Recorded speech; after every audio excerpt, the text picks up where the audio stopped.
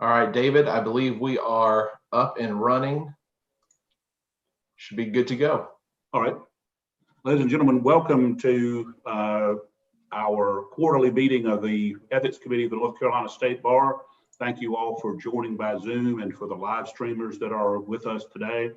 To begin, we must remember our admonition that members of the committee are advised of their duty under the State Government Ethics Act to avoid conflicts of interest or the appearance of conflicts, and are instructed to refrain from participating in any way, in any manner, coming before the committee with respect to which there's a conflict of interest or the appearance of a conflict of interest. If you have such a concern, please you may note that now, or please let us know when that issue is reached on the agenda. I'm told we have a quorum, so we'll go ahead and proceed then, folks. We do have, I'll make one comment to you. We are on a little tighter schedule than normal today. We have to adjourn. Well, we have another meeting at 11:30, which will require many of the participants in this meeting. So my goal is for us to be done at 11:20. And while I don't want to cut short any debate, the Ethics Committee of the North Carolina State Bar is known as one of the last great debating societies, and I'm happy for us to have whatever full conversation needs to be. Just please be mindful of the fact that we are a little tighter schedule than normal today. We have a very full agenda, and we'll try to move quickly through there. If you can make your comments as succinct as I will try to do the same as possible, I think we'll try to move forward, but in no way should we feel restricted by that. If we don't reach the end of our agenda, we'll just carry over until the next time. I see Ann Parkin is with us today, and Ann, we appreciate your joining us. And would you bring us the report of the trust audits that were conducted in the last quarter? I will. Good morning. It's good to see everyone. Audits do continue to be conducted remotely. Audits for the third quarter were conducted in Judicial Districts 5 and 7. District 5 was last audited in 2016, and District 7 was last audited in 2013. 27 audits were conducted in District 5, and 15 audits were conducted in District 7. The two most common rule violations were that 45% failed to identify the client and source of funds when the source was not the client on the original deposit slip, and 38% failed to identify the client on confirmation of funds received or dispersed by wire or electronic or online transfers. Audits for the next quarter will be in District 27, composed of Rowan County, and District 29, composed of Moore County. Thank you, Ann. We continue to have the same recurring issue that Ann highlights for us every time. And we say this every time, please, as you go back to your districts and as you interact with your constituents, please let them know about the need for particular attention to trust accounts and to reconciliation. And if they have any questions about those procedures or the way in which that works, obviously the offices of the State Bar are open to them for whatever kind of help that they need. And thank you very much for your report. Happy for you to stay with us if you wish for the rest. Also happy for you to go about more productive use of your time. I will. Thank you. Y'all take care. Thanks very much. Report from ethics phone calls. So Suzanne, tell us how busy your phone lines have been over the last quarter. Well, we're continuing to stay busy. During the last quarter, we answered 1,086 inquiries. Are you able, Suzanne, to make any sort of generalization for the kinds of problems that we face, sort of like Ann just did, or are they just too broad and too across the board to make any kind of generalization? Well, we keep a database, and when we enter any of the inquiries, we select a subject matter. So we could actually compile a list of what is the most often asked questions, but without a doubt, it's conflicts of interest is what we get the most questions on. Well, that's again another service of the bar to be alert to for your members back in the home districts, is that the phone calls are a great way to either just get verification of your gut check or to run a question by to see sort of what, just to get a little help. It sometimes helps for all of us to talk through those things. And the office is available to be of help in that regard to all the members. So keep alerting them to that. My guess is all of us get those calls, and I routinely send those up the chain for Nicole, Suzanne to deal with. So thanks very much for keeping us posted on that. And then reports on CLE and ethics presentations during the past quarter, Mr. Counsel. Yes, good morning, everyone. We had 3 different presentations this past quarter. Of course, they're all done by Zoom. Nicole did one, I did 2 separate presentations. It's a little lower than normal, although I still think getting 3 presentations, we're happy to get out there and assist folks, whether it's a CLE or as you saw, one of my presentations was to a paralegal program. But of course, some of our time this past quarter was taken up by the 11 different subcommittee meetings that we had as well. So we're trying to space those out. We want everyone to know that we are available. Should anyone need a speaker for an ethics CLE, the State Bar is ready and willing to assist if schedules permit. And I gave an hour-long presentation to an NCAJ program, and staff at the State Bar was extremely helpful to me in preparing for that. Thank you, Bill. Thank you, Bill. And that's something that you ought to be thinking about. Many of us are called upon as counselors to do that or to appear on panels from time to time. Suzanne and Nicole helped me with one 2 years ago, Nicole. Suzanne, a year and a half, some time ago, to sort of a wrap up for the business court. I mean, those are things that come to us, and the office is very helpful in trying to help us put those things together. As Brian mentioned, we did have an awful lot of subcommittee work over the last quarter. So our staff has been very, very busy over the last quarter. I know many of you counselors have as well. We have a lot of subcommittees working right now, as you see from our agenda. And we also, I appreciate everybody's efforts and willingness to volunteer. Some of those are, we've upstaffed a number of those to add a little larger, sometimes subcommittees to deal with some issues. And the efforts by the counselors, the advisory members to really work very hard this past quarter is appreciated. I think you see that reflected. That's why our agenda is sort of stuffed today, because y'all have worked very hard, and we certainly appreciate all of your efforts in doing that. It's really taxed staff pretty heavily this quarter, particularly under the circumstances, and we're grateful for the hard work that Suzanne and Nicole and Brian give us all the time, but particularly over the last little while. It's been a taxing last 6 months, I know. To move on to item B on the agenda, the rule amendments. The first matter is the committee to study the advertising rules, not an ethics committee. This was a joint, a council committee. Just let you know, those were published in the State Bar Quarterly. We got 0 comments, and that's an okay as well as a 0. So the advertising committee met in the last couple of weeks to deal with the non-issue of comments from the public and the profession, and so that will be presented to the council for transmission to the Supreme Court for adoption. That's been a very very hardworking in a sort of a long process. That committee was a blue ribbon committee, and really worked very, very hard. And I have to give special kudos. I know it sounds like I'm beating the drum, but I have to give special kudos to Brian for keeping us on track.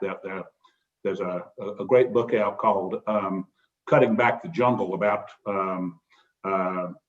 it's a foreign policy book, but actually the topic is the same, that if there's a lot of stuff crowding in, and Brian was particularly adept at cutting back and pruning away a lot of the stuff that had grown up around the advertising issues and making it at least very easy for the committee to do its work. And obviously, we presented it in a very clear way since there wasn't a whole lot of pushback from the profession. So we thank you for that hard work, Brian. And that committee will, assuming that with tomorrow's council meeting, that committee will go out of existence, I think. So that'll be another good thing for us. The next item is number 2, amendments to the preamble of the rules of professional conduct. As you recall, at the last meeting, the Ethics Committee approved changes to the preamble, which were sent on to the council for publication.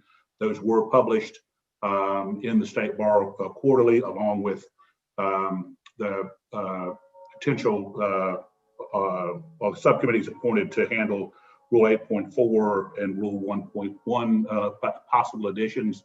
The comments we've gotten, and we've gotten a ton of comments, just so you know, around the preamble and around Rule 8.4, and the comments do not differentiate. I think it's fair to say, and you've read them, they're in your materials, do not differentiate specifically between just the preamble issue and the potential for a rule change. Some of them do, but by and large, they have the comments we have received have conflated those two issues, and they seem to be bound up, at least in terms of the minds of those who've written into us, both pro and against the changes that have been proposed.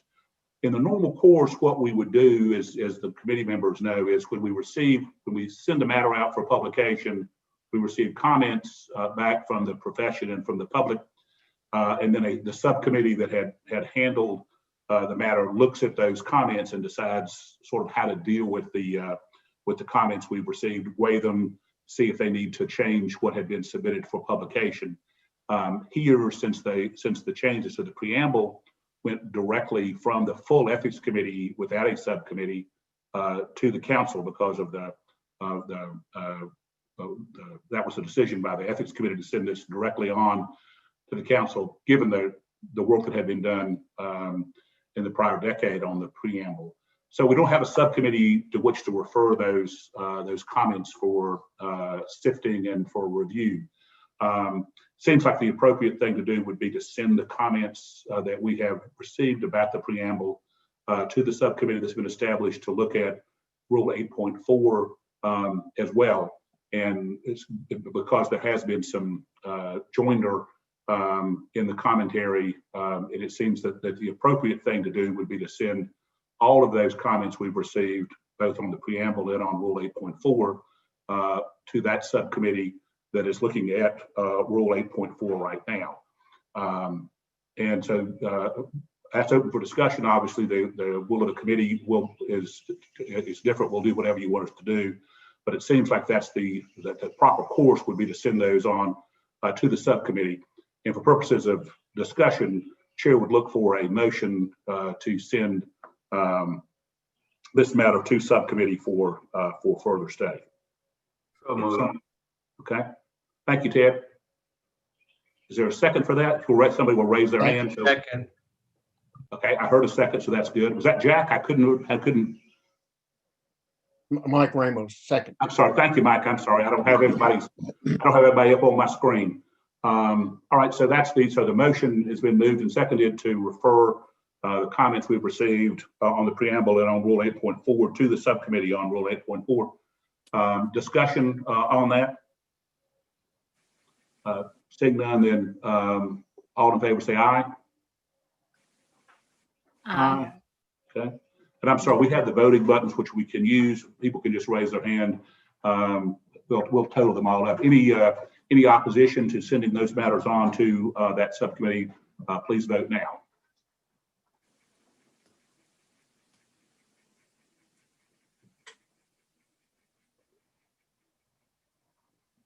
Brian, you're muted. I'm sorry, Brian. Sorry, if we could have everybody vote yes, because I think there are some folks, I can't see everybody who's holding their hand. So if we can just use the voting buttons, that's going to be the easiest thing. Vote yes if you support the motion, please. It's in your participation, for those of you who have not been Zooming a lot, in your participation box, if you'll check on that, then there'll be a voting place for yes or no. I'm sorry, we'll do that so we can, because it would be difficult to see everybody. I'm sorry, can you clarify, are we voting in agreement now, or are we voting in opposition? I'm sorry, Missy, thank you. The motion is to refer all of these comments to the subcommittee for review.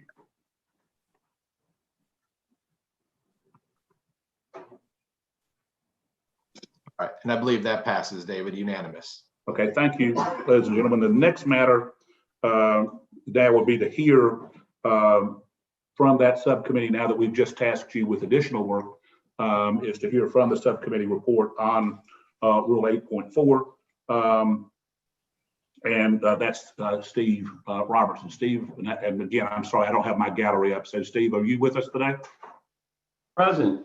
Thank you, Steve. Good. Now I see you. All right. Chair would recognize Mr. Robertson for a report from the subcommittee on Rule 8.4. Thank you, David. Welcome, everybody. I'm happy to be here and be seeing everyone, at least in small boxes, although I really wish we could all be together. I'll just say a few comments, and then, Brian, if it's all right with you, I'll turn it over for a report from staff, and if that makes sense. Yes, sir.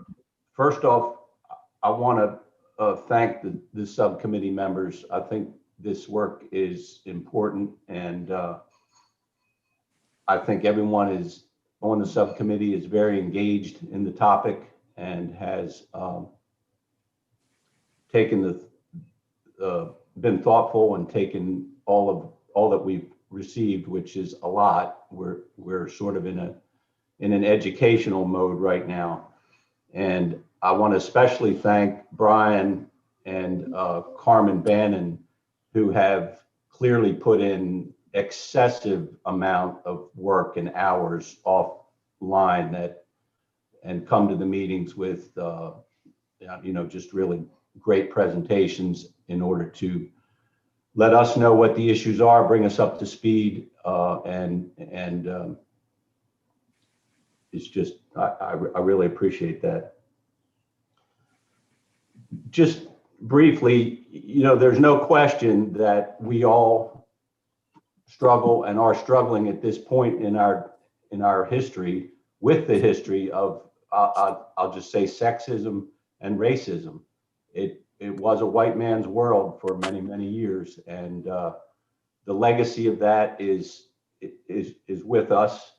And I'll point out just two anecdotes that from my experience recently. One was 2 years ago at the 50-year luncheon for attorneys, where I was sitting at a table with one of two women lawyers. That's not that long ago that our profession was dominated by white men. There were also some Black attorneys present, and they were very few in number. Recently, the Supreme Court of the United States wrestled with the question of whether or not certain aspects of the voting rights legislation from the 60s needed to be enforced. And Justice Roberts' opinion in that case, he concluded that we had overcome racism, to just put it in its simplest forms, and that provision of the voting rights law no longer needed to be enforced. So how far have we come in 50 years? How far have we come in 100 years? What is remaining of that legacy, and what should the North Carolina State Bar do in regard to the remnants of this history? It's a big question, and it implicates, and Brian's going to get into the statistics and the details. Many states have taken action on this. Many state bars have. So we're not blazing a new trail exactly. On the other hand, I think it's fair to say that most of what's been done is fairly recent, that we always sort of define our own path, and the advertising rules is an example of that. We had a template from the ABA, but we We customize those rules to suit what we think is best for North Carolina. To date, we have had 2 subcommittee meetings. The first was to brief the subcommittee members on the constitutional issues around what we can regulate, what we should regulate, what we might do, and that's going to be a big part of what we do if we determine that we should go forward with this. Is how can we craft a rule that will survive constitutional scrutiny? And again, I hope Brian's prepared to get into chapter and verse a little bit on that, because while I could give it a stab, it wouldn't stand up to what staff can do. Secondly, we at the second meeting, we considered we took an overview of what's going on in the other states. And again, many have already established a rule to address anti-discrimination. That brings me, I think, to a specific question I have now that the chair has graced us with another part of this, and that is the preamble question. And of course, the distinction is that language in the preamble is aspirational and language in the rule is more than aspirational. It's a rule and we have to abide by it. And if we don't, then it's enforced by the state bar. Brian and I had a brief conversation about this, and he tells me that there's no other state that has decided to put anti-discrimination language in their preamble. So we would be the first if we decided to go that way. So one of the threshold questions for me is, do we, and again, David put this out right from the front, is let's leave everything open to question. Do we put language in a preamble? Do we put language in a rule? Do we do both? I think all that is on the table, and I have my thoughts on it, but I certainly would like to hear from everyone else. So that's sort of a primer. Again, I think it's important work. I am humbled to be involved in it, and I sure appreciate again the work of staff and subcommittee members. Brian, I'm sorry, Mr. Allen. So go ahead, Brian. Sure. Well, I'll be brief. As Steve said, and Steve, thank you for your kind words. Certainly, we've been very much benefited from Carmen joining us from the Office of Counsel. And as Steve said, we started off with just kind of, I guess maybe are still in this first educational phase where we are trying to just cover all the different constitutional issues, look at the different state variations that exist. And the next step will be to talk about disciplinary concerns, disciplinary cases that already exist on this type of, regarding this type of conduct and enforcement of the rules that are in existence in other states. So we're going to be continuing our educational efforts to inform this subcommittee, just inform ourselves about what type of rule, if this council were to adopt a rule, it certainly would need to be one that is both constitutional, but also practical, reasonable in its enforcement, providing clear direction on what conduct it's trying to address, as well as to the Office of Counsel, how exactly a rule is to be enforced. So we're still in those, I guess, I won't say introductory phases, because I think we're in the thick of it now. But to that end, if anybody missed joining the meetings, we've been sending out notices to the full council about these meetings, and they are on YouTube. We've been streaming these. I know some folks have been observing them from that platform, and they are recorded on YouTube. So you can go, if you go to the State Bar's YouTube page, you can go back and watch both of the subcommittee meetings that occurred and the presentations that Carmen and myself provided to the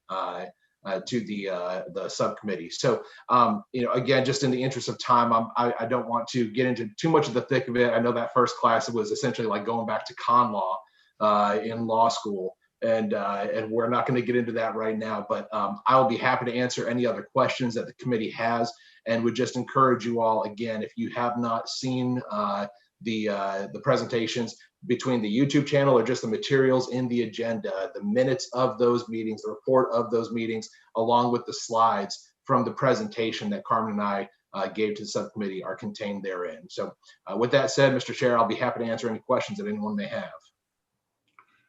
Thank you, Brian. As Steve pointed out, there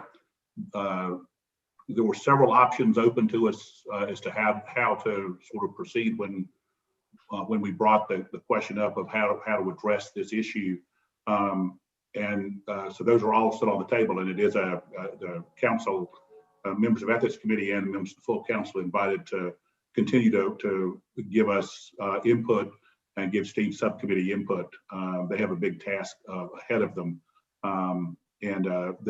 We have made progress and look forward to continuing to work on this difficult but necessary issue. Questions from the committee or from anyone in attendance for Steve or Brian? I see Bill has his hand up. Bill Mills. Yes, David, thank you. I just wanted to commend the members of the subcommittee. In my participation just as an observer, because I'm very interested in this issue, they are approaching this issue with a lot of diligence and a lot of hard work. And I'm sure it's been incredibly time consuming, and just thank you for all that effort, and keep doing it. Thank you, Bill. Anybody else? Thanks very much, Steve. We do appreciate your steering this matter for us, and thanks for all those committee members. And again, thanks for the folks who have been willing to participate on that subcommittee. There's a number of them on there, a number of folks that we put on there, a little bigger committee, which again makes Steve's task all the more enjoyable to herd this case along. The next matter is from one of the other prongs of this issue, which is the subcommittee to study a potential new comment to Rule 1.1. That's Mr. Vickery. Randy, can you bring us a report from your subcommittee, please?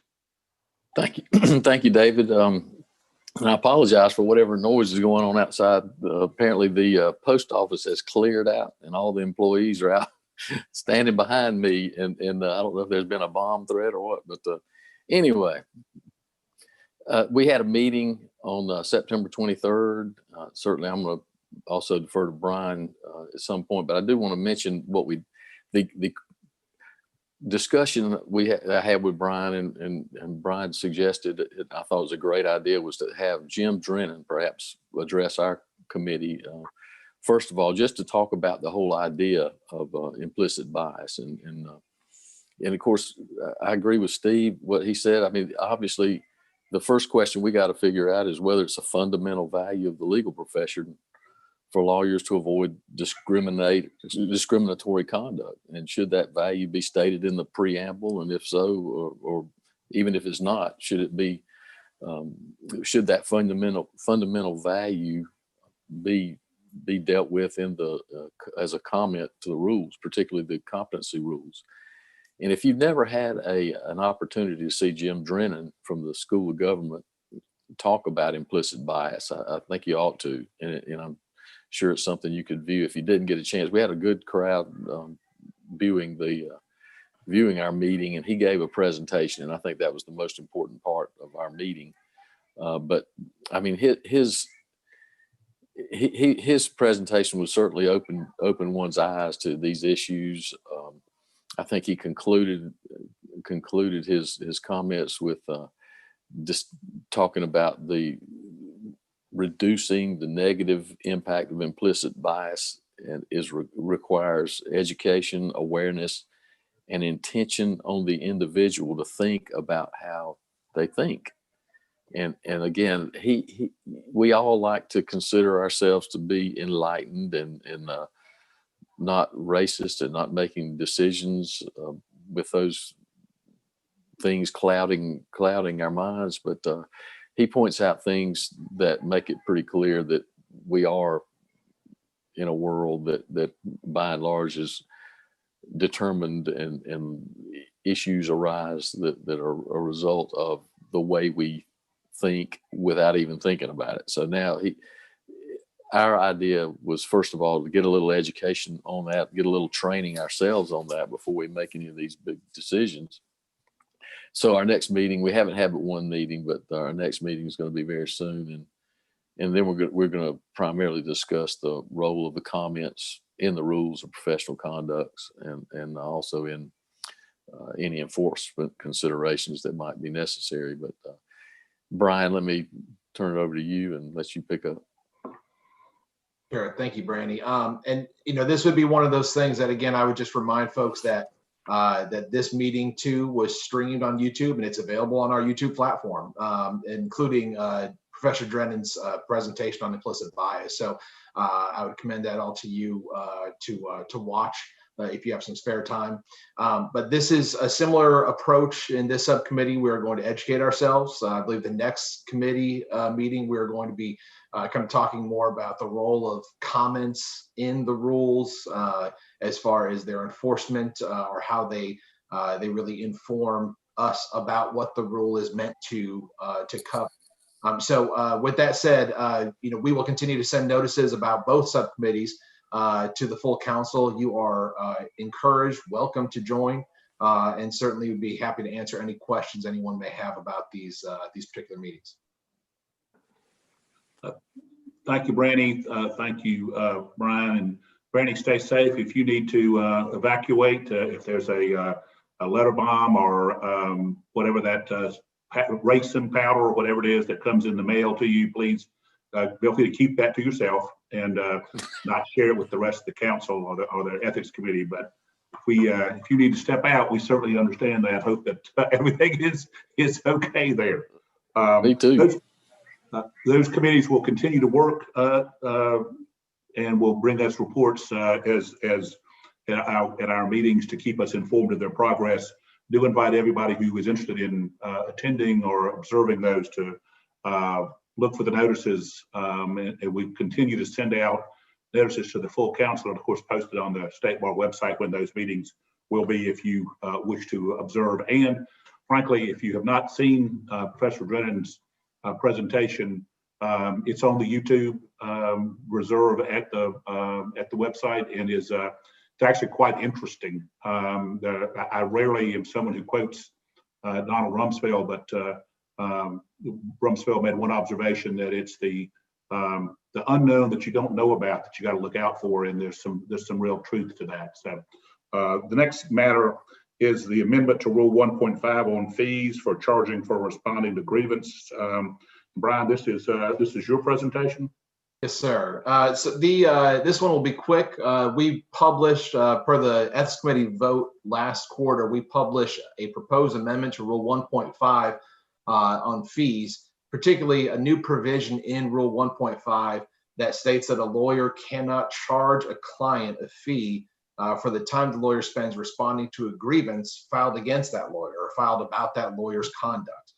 This is something that I think in discussion with the committee that was put together as a joint committee between the grievance and ethics committees, and even general reaction that I've heard from other lawyers, that most folks understood, well, that's true. You cannot do that. But this amendment was born from, I believe, 3 different grievances or complaints that had come in where an attorney had charged a client for this type of fee. So we wanted to make it, or for this type of response. So we wanted to make it explicitly clear in the rules, kind of encapsulate what everyone understood to be the case. And that is the rule amendment that is in your materials. If you're looking at the main agenda PDF, you'll see there under on the bookmarks under item 1B5. And that was the language that was published in July. We received no comment on this proposal, which of course I have to say includes not just the rule or the text of the rule, but also the explanatory comment that's listed there in the materials as well. So again, we did not receive any sort of comment on this. This is simply back before the ethics committee for potential recommendation to the council for adoption and transmission to the Supreme Court. Thank you, Brian. This chair would look for a motion to transmit this to, this has been published, received no comment. The course would be to send it to council for vote tomorrow for transmission to the Supreme Court for adoption as a new rule. Is there such a motion from the committee? Yes, motion to send it to council. All right, thank you. Thank you, Bill. Is there a second? Second. Thank you. All right, discussion. All in favor say, I'm sorry, please use your voting buttons to signal your vote.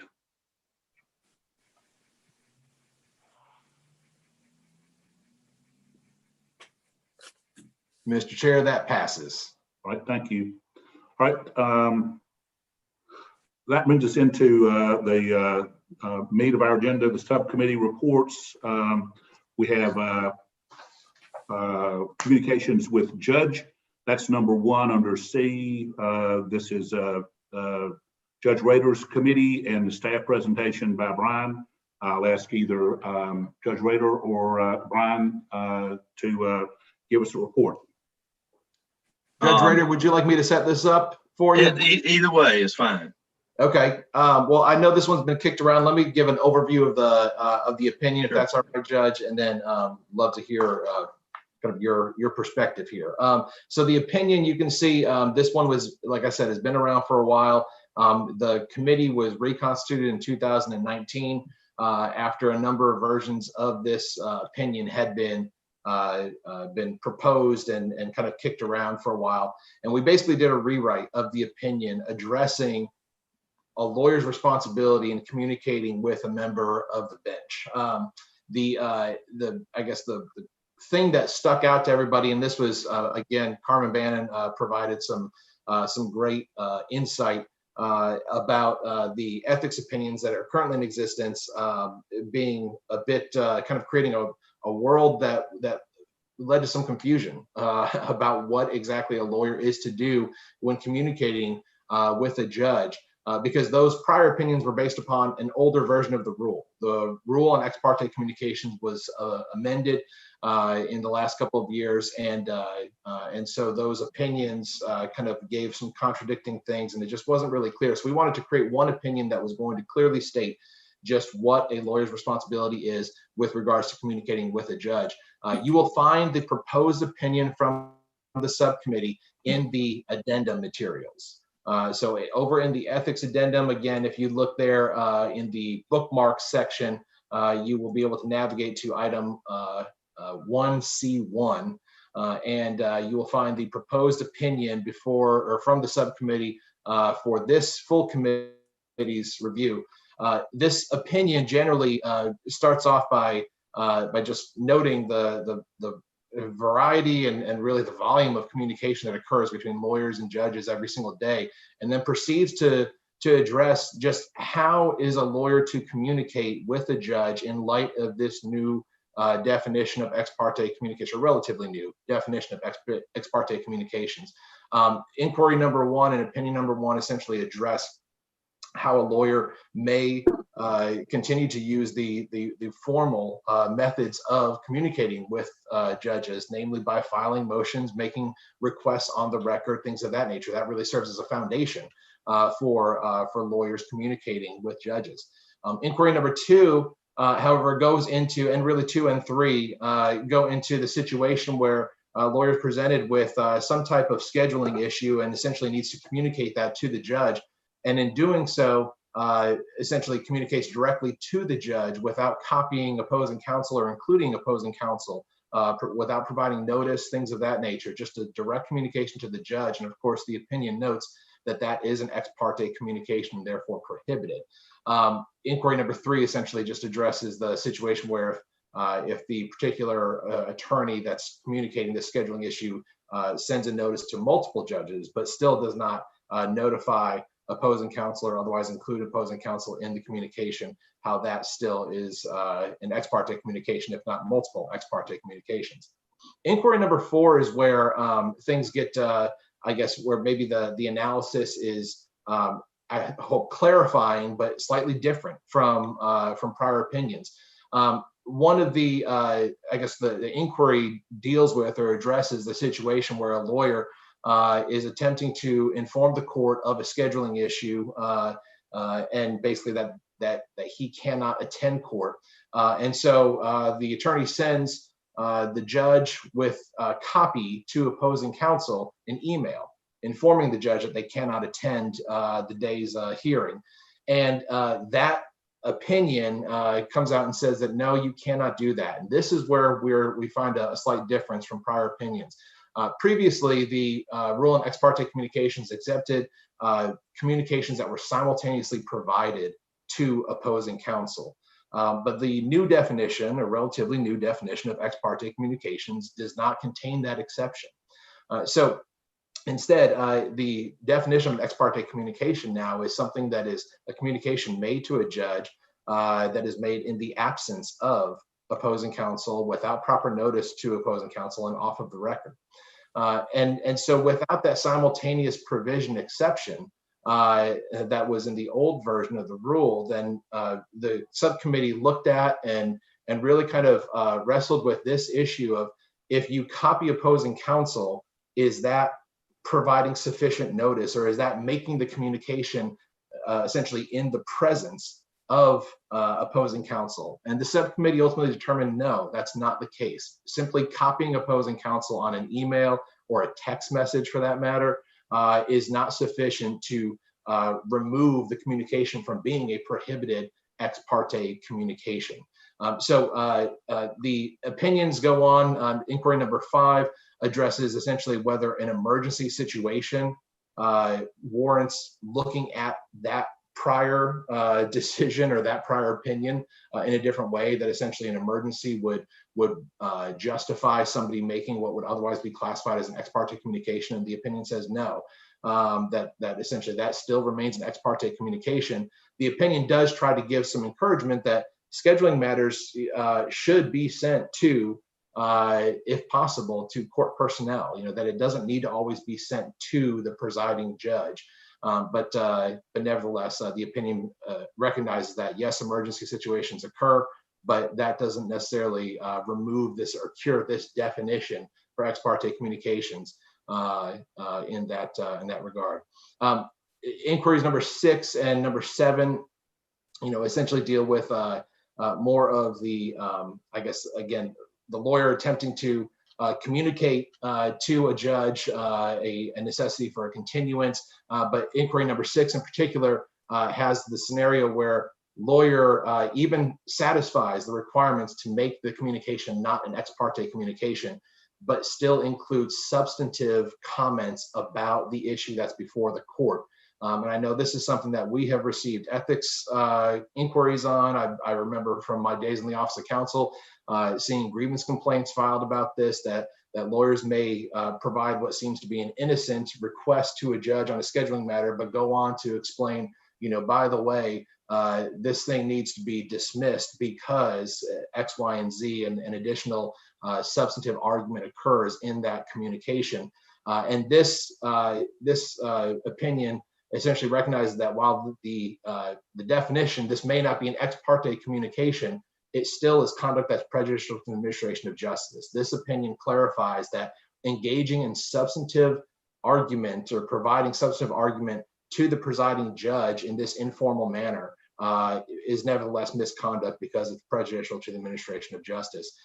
Inquiry number 7 essentially just clarifies the very, I guess, normal experience of a judge when a judge requests the parties to communicate to the bench in a way that may technically feel like an ex parte communication. Like, for example, if a judge says, counsel, just send me a copy of the proposed order directly with a copy to opposing counsel. Although our opinion previously said copying opposing counsel does not cure the communication from being ex parte. If a judge directs you to do so, then you are, as an attorney, of course, allowed to follow the judge's direction. So that's the scope of the opinion. And Judge Rader, I'll turn it over to you to get your thoughts.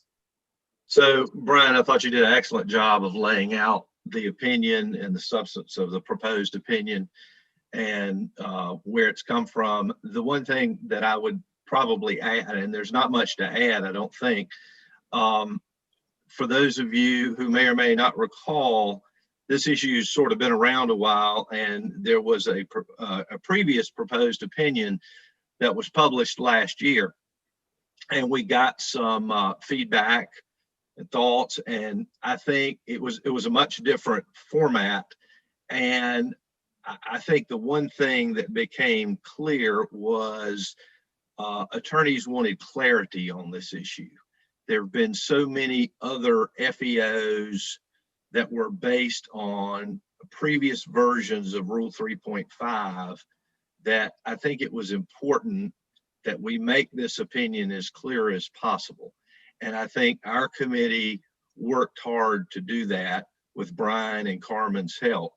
The committee met 3 times. We met in June, September, and again, October 12th. All of our committee members were very engaged with input on this. We had Carolyn DeBay, Executive Director of the Judicial Standards Commission, and Mike Robinson, a former Ethics Committee member who's business court judge, all who participated. And with each committee meeting, I think the changes and the various versions of the draft opinion got better with more clarity, and I think it has improved to the point that the committee would move that this proposed opinion be sent to the council for publication. Okay, I saw, thank you, Judge Rader. Thank you, Brian. I saw Carmen's hand is up, but I don't know if there may be others, Brian. Carmen, go ahead.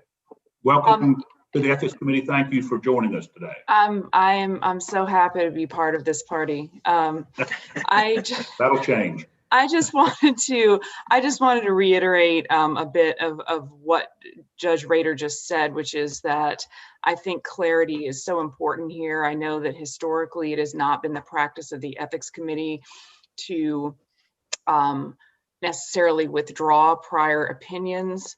And oftentimes you'll see this language that says, to the extent this opinion conflicts with a prior opinion, that prior opinion is withdrawn. And I think we all just know that lawyers who are conscientious enough to want to review the ethics opinions and educate themselves about their obligations do not want the added burden of then having to do a side-by-side comparison of a recent opinion with a prior opinion. They shouldn't have to do that work. So I just think it is especially important in this instance, and really in general, for the committee to acknowledge when prior opinions are no longer applicable and just take them off the table, get them out of the way, because we want lawyers to be able to get the guidance they need without it being a project. So I just think that's one of the, regardless of how, if the committee wants to make any adjustments to the proposed opinion here, I just think the withdrawal of prior opinions that are going to confuse the issue is a really important component. Thanks, Carmen. If I can add quickly to that, we do have some language in this opinion following the subcommittee's discussion of Carmen's excellent points that these opinions that exist, and you see them listed there in the proposed opinion that's in your addendum. These are opinions RPC 237, 97 FEO 3, 97 FEO 5, 98 FEO 12, 98 FEO 13, 2001 FEO 15, and 2003 FEO 17. All of those opinions are based upon a prior version of the rule that really are no longer applicable. And so it would be the recommendation of the subcommittee, if I may, Judge Rader, I believe the subcommittee's recommendation was not just the proposed publication of this opinion, but also with, I guess, the suggestion, the request that if we get to a point where we are adopting this opinion, that this opinion also come with a kind of simultaneous motion to withdraw those opinions as well. Okay. Other questions or comments out there? Well, I have to say, I appreciate all the hard work that's been done, and this is my fault. I did not get around to reading the addendum until last night, but as Chair gives I'm sorry, but I have to say I have a lot of problems with the opinion. Carmen and Brian both smiling, I know, because I was on the committee that has been working on this in a prior iteration, and it's such a radical change to me for us to take the position that ex parte communication means copying somebody else on an email. That's not how I understand ex parte communication, and we went round and round on that in prior iterations, where ex parte communication was conversation between, or communication between the lawyer and the judge. And the prior subcommittee had gotten the point that if that simultaneous communication was okay, and that's frankly what lawyers are used to.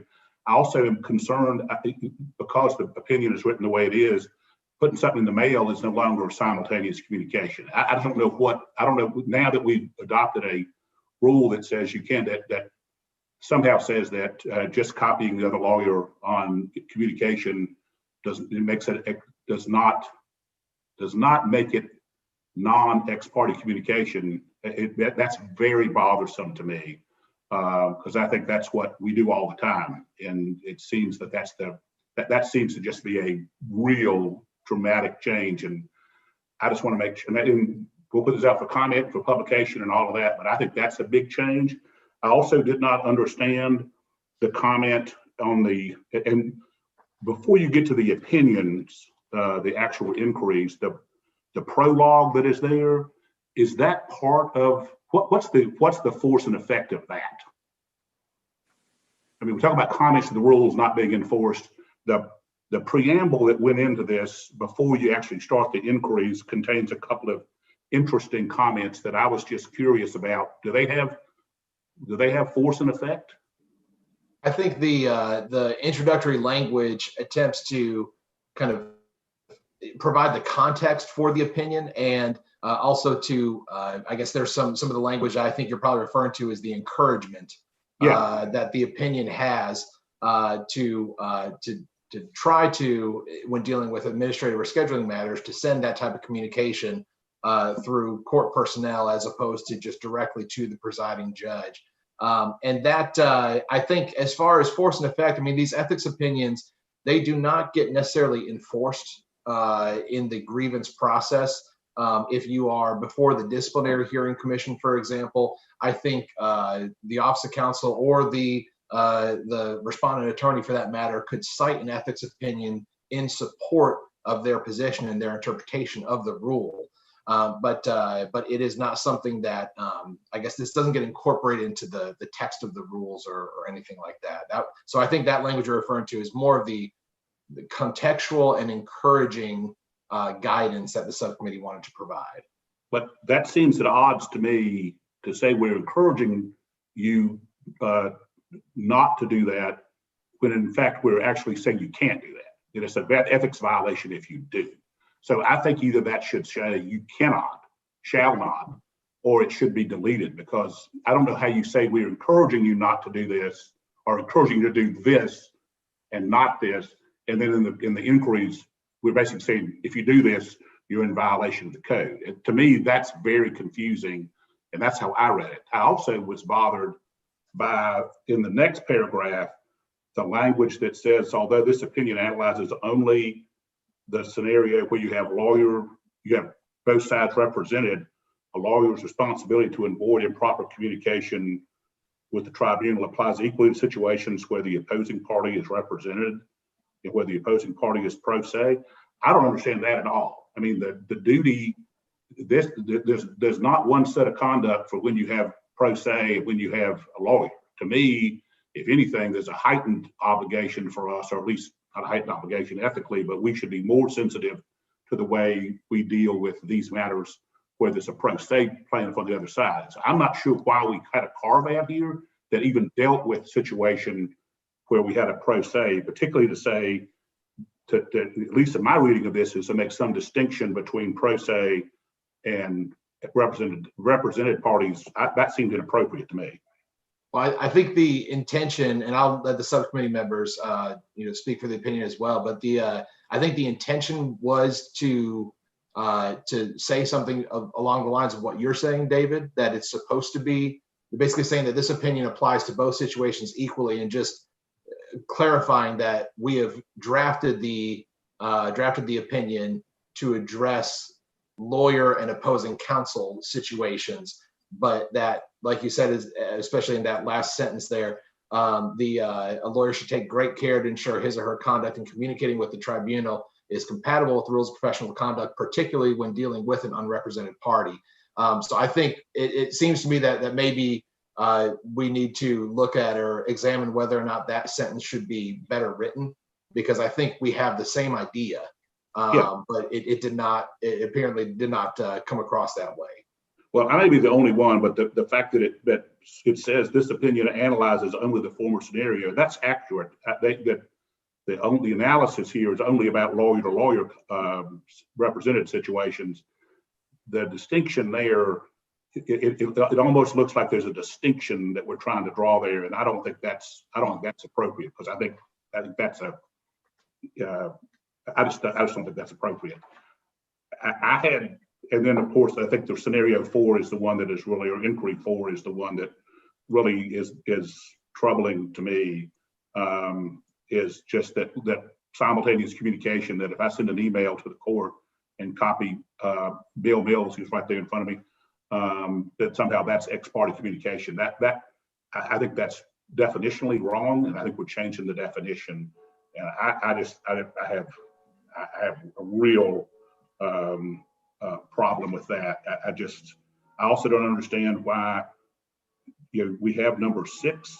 I'm not sure there's any difference in the impact of number 6, except the ad hominem at the bottom of that, where basically it talks about lawyer misconduct.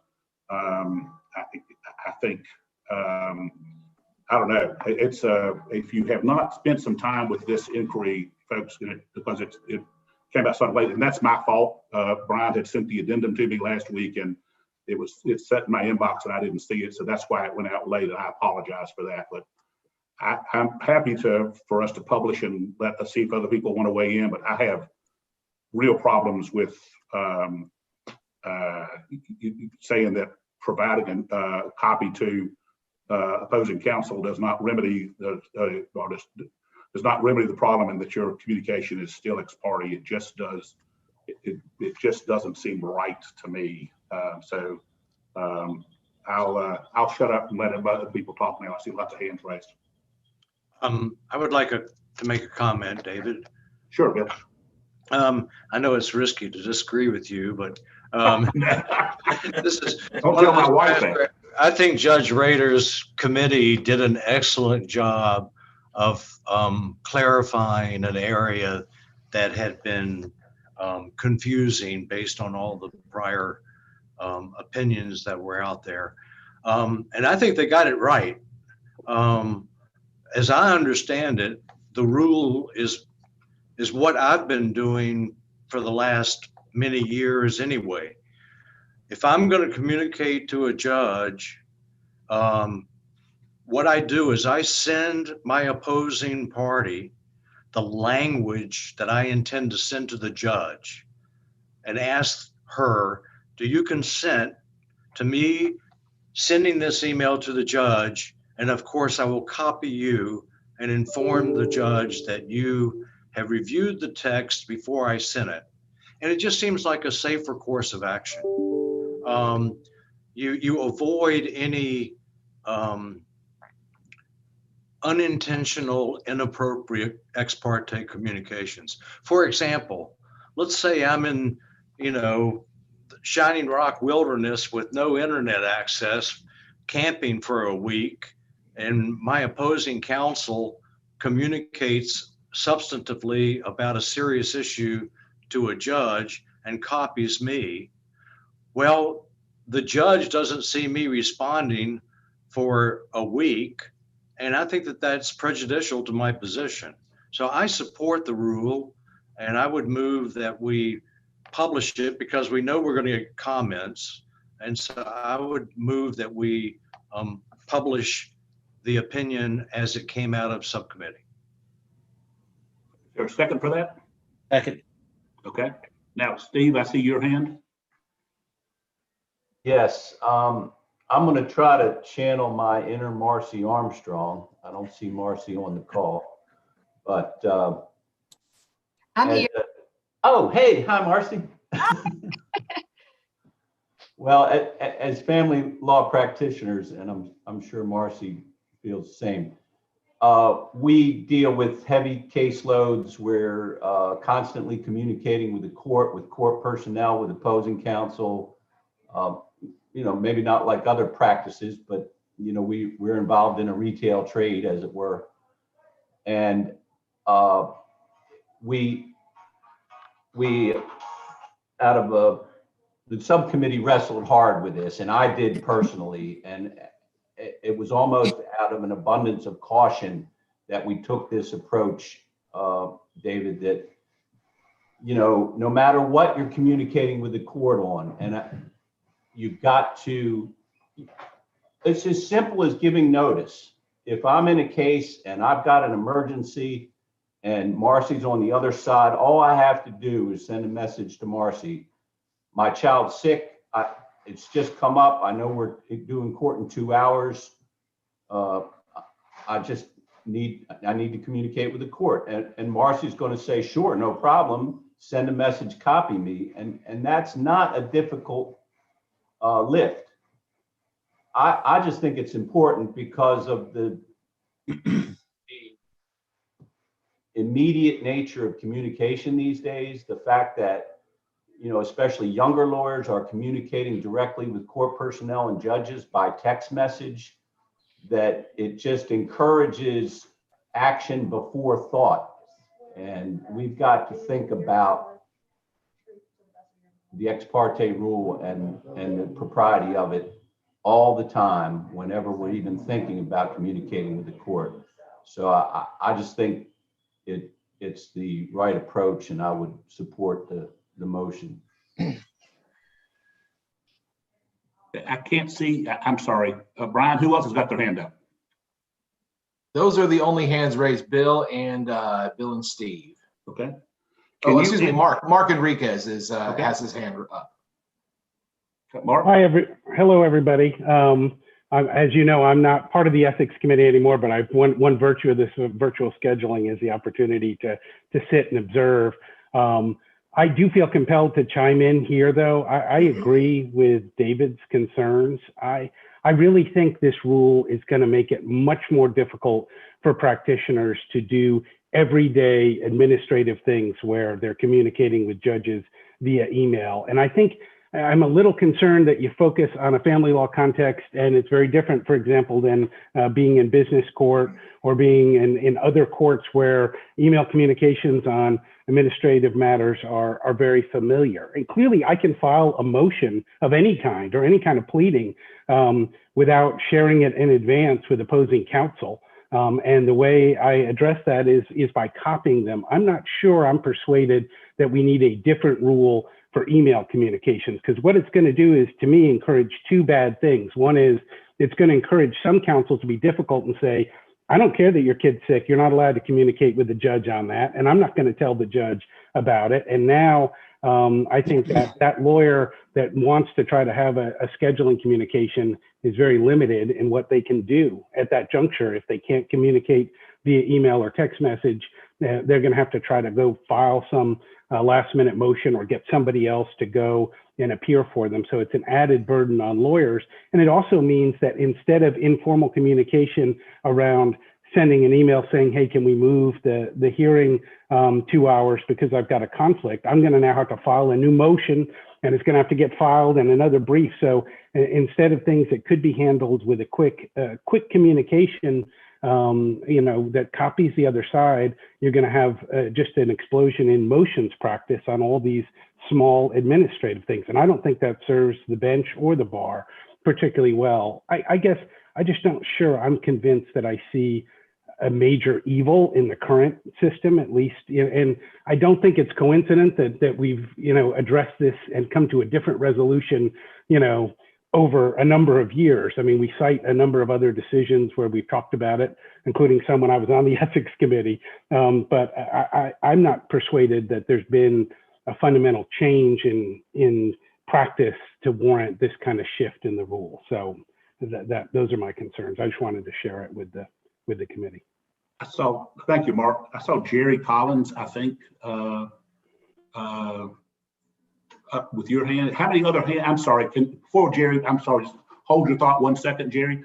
Brian, how many other comments do we have here? So we have, yeah, and you should be able to open your participants tab and you can see everyone's hand that's raised, but you'll see there's 4 other hands raised right now between Jerry, Carmen, Tom Englam, and Ted Edwards. And my question is, guys, should we finish the agenda and come back to this one?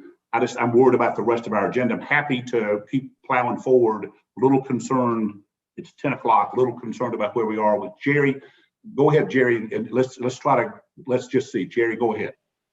Well, if I can quickly, David, basically in the 30th Judicial District, we have a long-standing practice with the district court judges where they solicit attorneys to weigh in on their proposed calendar in terms of administratively who's got what cases ready and who doesn't, who wants motions to continue and who don't.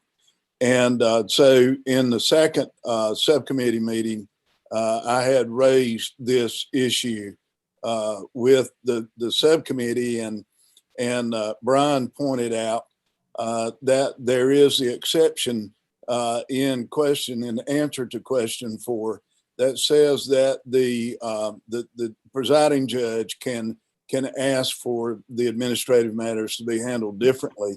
So that after the second subcommittee meeting, I emailed both versions, the original version that we had where the answer to question 4 was no, and also the newer version, which we now have before us, where the answer to question 4 is yes. I emailed those to our 6 judges and asked them if they would weigh in on that and to let me know their thoughts. That I could bring to the subcommittee or to the ethics committee as a whole.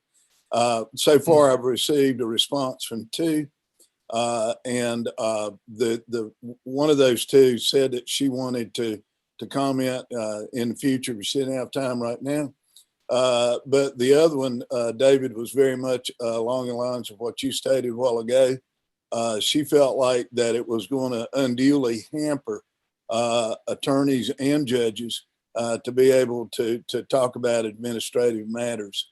I did mention to her, Brian, your thoughts that the judges themselves could perhaps maybe by local rule for the 3rd Judicial District, the judges could alter this rule and allow communications for administrative matters, which in our case would essentially in a way would get question number 4 and answer 4. But anyhow, I told all the judges recently, Brian, that you had said that this was going to be hopefully published and that they could also comment with the bar, and we'll see what that is. And if I receive comments, I'll report those later. Thank you, Dave. Yes, sir. Thank you, Mike. Did I see Mike Ramos' hand up? No, I think Ted has his hand up. Okay, Ted, go ahead. I'm sorry. Thanks, David. I'll be real quick. I just feel like that we have, at least in Wake County and Durham County, where I'm practicing, we have the ability to communicate with the trial court coordinator and the trial court administrator about administrative stuff. So when we are sending in orders and having scheduling issues, I never have those discussions directly with a judge. They're always with the court personnel, and I don't see how this rule prevents that. And so, I mean, I think that's the answer to the concerns that like Mark was raising about these. When you have these last minute things, I just communicate with the court staff. I mean, is that not available in other counties?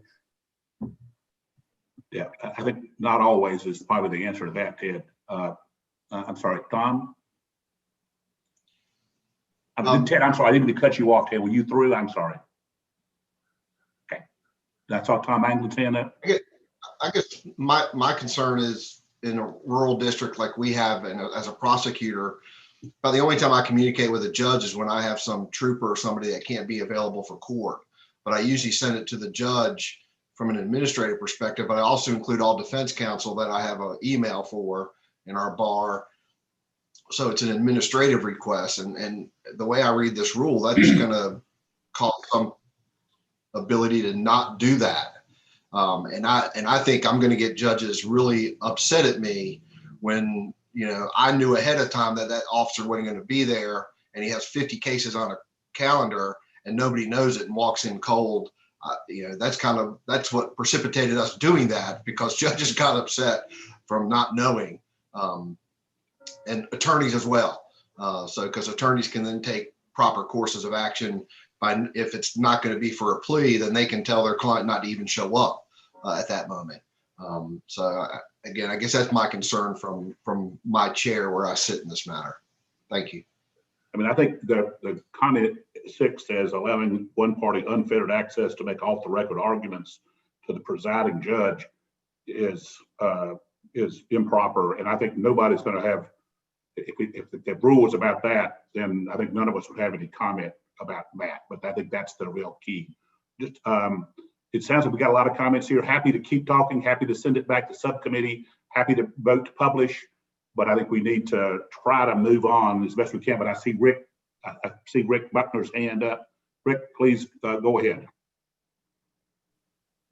You're muted, Rick. There we go. 2 quick thoughts. First of all, is to Ted's comment.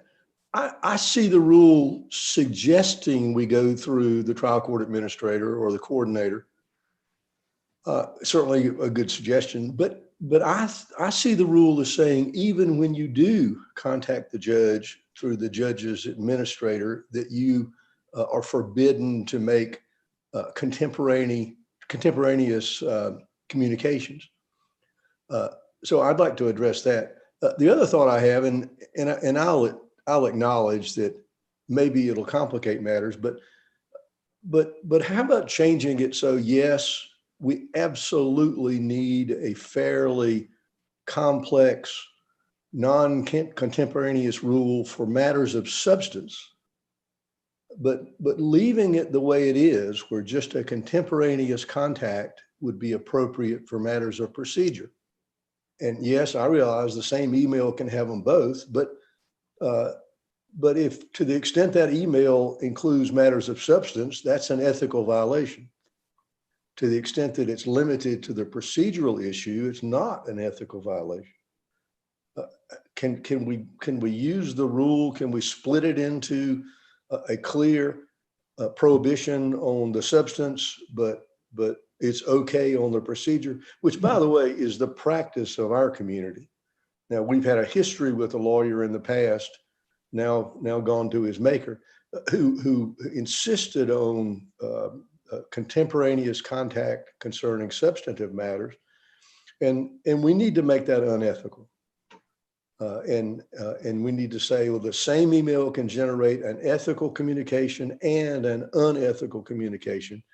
And we need to sanction him if he tries to put the substantive issues in there. But, we're going to really create an incredible problem. As Tom says, when the judge expects as a courtesy to get notified, and particularly if you can imagine the opposing party is not represented by counsel, you may not have a fax machine, you may not have an email address, then as a practical matter, it's just going to be impossible even to do what I think our judges and our trial court administrators would consider a courtesy. That's it for me. I don't see any further hands. There is a motion to publish, which we will vote on. Chair notes that there have been a good bit of discussions, a lot of talk about the language. It also considered a subcommittee if that's the will of the committee. But the motion is to publish, to transmit for publication. Any further comments or questions about that? David, I would simply know that if the committee does want to send it back to subcommittee, I think one of the topics that the subcommittee would need to address is whether or not there should be either a rule amendment or a comment included to Rule 3.5 that discusses the simultaneous exception or simultaneous provision exception that was previously in the rule that was removed from the rule. And I think that's where really where the crux is and why the opinion comes out the way it does, because that simultaneous provision exception was removed from the rule. And I know the subcommittee gave a lot of thought to that, but perhaps that's something that if this committee feels is worth studying, then that could be a topic of study as well. Okay, any further comments? Okay, then the vote is to whether to send the matter to the council for publication. All in favor, vote aye. All opposed, vote no. Just use your signaling buttons.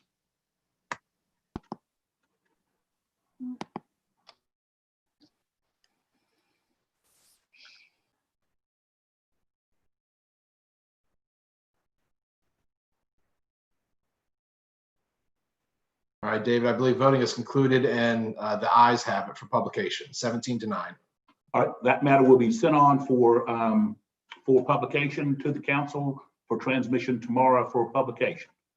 Thank you, folks. A good discussion, good hard work by our committees, and we'll send that on to council for tomorrow. The next one is responding to negative online reviews. This is Suzanne presentation for the staff, and Gina Morris. This is your subcommittee. Yeah, I'll go ahead and give a brief summary. This proposed opinion addresses the ability of lawyers to respond to negative online reviews. A proposed opinion was previously presented to the Ethics Committee and published for comments. The published opinion concluded that a lawyer could respond to a former client's negative online reviews in a proportional and restrained manner, but could not include any confidential information in the response. The opinion specifically concluded that the self-defense exception to the duty of confidentiality set out in Rule 1.6b6 did not apply to negative online reviews. We received several comments to the proposed opinion, so it was sent to a subcommittee for further review. Originally, I was going to go through each of the comments and how the committee responded to them, but if it's okay with everybody, and to be more brief, I'm just going to lay out what the current draft of the opinion says. I think that the subcommittee did go through and address the concerns that were submitted by lawyers. The current draft that's in the agenda starts with an explanation of what an online review generally includes and why such online reviews are so important to lawyers in their practice. The opinion notes that online reviews are really today's version of personal or word of mouth recommendations. The opinion notes that because online reviews are relied upon so heavily by consumers, lawyers want to be able to fully respond to negative reviews and basically want to have a chance to tell their side of the story. The opinion points out, however, that lawyers have a professional responsibility to protect client confidences, and that this responsibility limits what a lawyer can disclose when responding to an online review. The opinion notes that the rules of professional conduct require a lawyer to have client consent to disclose confidential client information unless an exception to the duty of confidentiality applies. The opinion specifically discusses the self-defense exception, which is one that I think a lot of lawyers think should apply to negative online reviews. The opinion concludes that the exception does not apply. The opinion explains that in order for the self-defense exception to apply, there must be either a criminal charge, a civil claim, a proceeding, or a controversy between the lawyer and the client. The opinion concludes that online criticism clearly does not constitute a criminal charge, a civil claim, or a proceeding. The remaining question addressed in the opinion is whether online criticism amounts to a controversy between the lawyer and the client. That is the closer question. The proposed opinion notes that numerous jurisdictions have looked at this issue and concluded that a negative online review does not amount to a controversy between a lawyer and a client that triggers the self-defense exception. And our proposed opinion comes to the same conclusion. The proposed opinion goes on to state that a lawyer is not prohibited from posting a professional and restrained response to an online review, but that it may not include confidential information.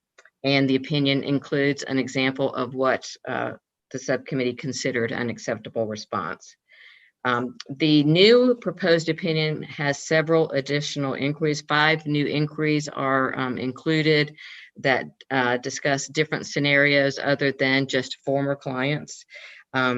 Opinion number 2 addresses online reviews posted by individuals who are not a current or a former client. And the opinion provides that the lawyer does not owe a duty of confidentiality to these individuals. When I went back through and read the opinion, I realized that prospective clients should actually be addressed in some manner in inquiry number 2. And I would like to just edit slightly the language in inquiry number 2 so that it would state an individual who is not a current or former client and has never consulted with the lawyer with respect to a particular matter posts a negative review of the lawyer's service, then the answer would be the same, and that is that the lawyer does not owe that individual any duty of confidentiality. Then I would suggest switching the order of the remaining inquiries so that the next inquiry addresses prospective clients. And that would say that when somebody who has consulted with a lawyer and is considered a prospective client posts an online negative review, the lawyer does owe certain duties to that individual, and those duties are set out in Rule 1.18. Inquiry 4 would then deal with when a friend or family member of a client posts negative online reviews. The opinion provides that the lawyer does not owe a duty of confidentiality to the friends or the family members, but the lawyer still may not reveal any confidential information regarding the client's representation. Inquiry number 5 presents a scenario where a former client posts comments that the lawyer believes are libelous. Opinion number 5 states that the rules of professional conduct do not prohibit a lawyer from filing a defamation suit against a client so long as there is a basis in law and fact for the suit. The final inquiry asks whether a lawyer may include an advanced waiver of the duty of confidentiality in the lawyer's retainer agreement. The example in the opinion states that the client agrees that the lawyer may reveal confidential information if the client posts an online review stating that the lawyer's representation was deficient. The opinion provides that such an advanced waiver would not be permissible under the rules because the lawyer must get informed consent to the disclosure of client confidences, and the information provided in the contract provision is not sufficient to enable the client to give informed consent to the potential future disclosure of the information. And that's my summary. Okay, thank you, Suzanne. Gina?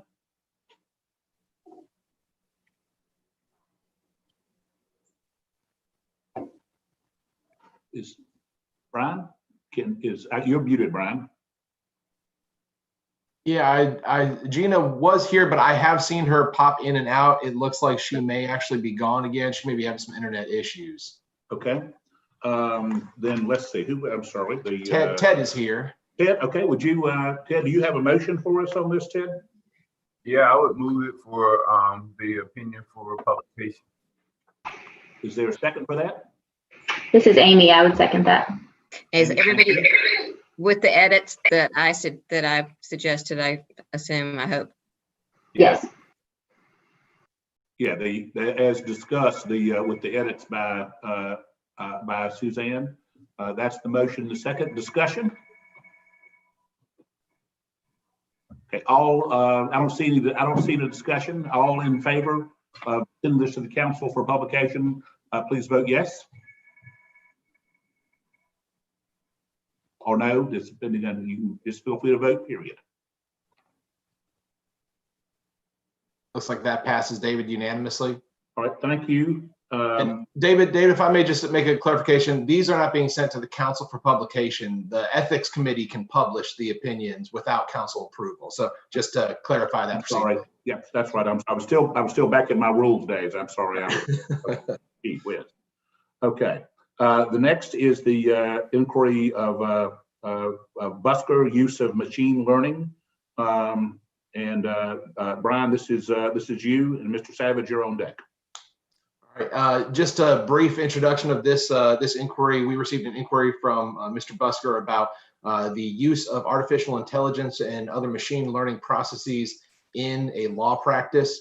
The opinion provided a number of different questions, and the committee met over the past quarter to discuss just the scope of a potential opinion, and what how the committee wanted to proceed through this, because this is such a kind of a newer issue. I mean, clearly artificial intelligence processes have been around for a while, but they are kind of getting more traction in the legal practice. And so you can see the original inquiry in your materials, but I would, and I'll briefly also say that we did not draft a proposed opinion for this one because we wanted to talk with the subcommittee first about, again, the scope of the opinion and what we wanted this opinion to address, because the opinion could be either rather narrowly construed or very broadly construed. So with that said, I will turn it over to Warren for his thoughts on our meeting.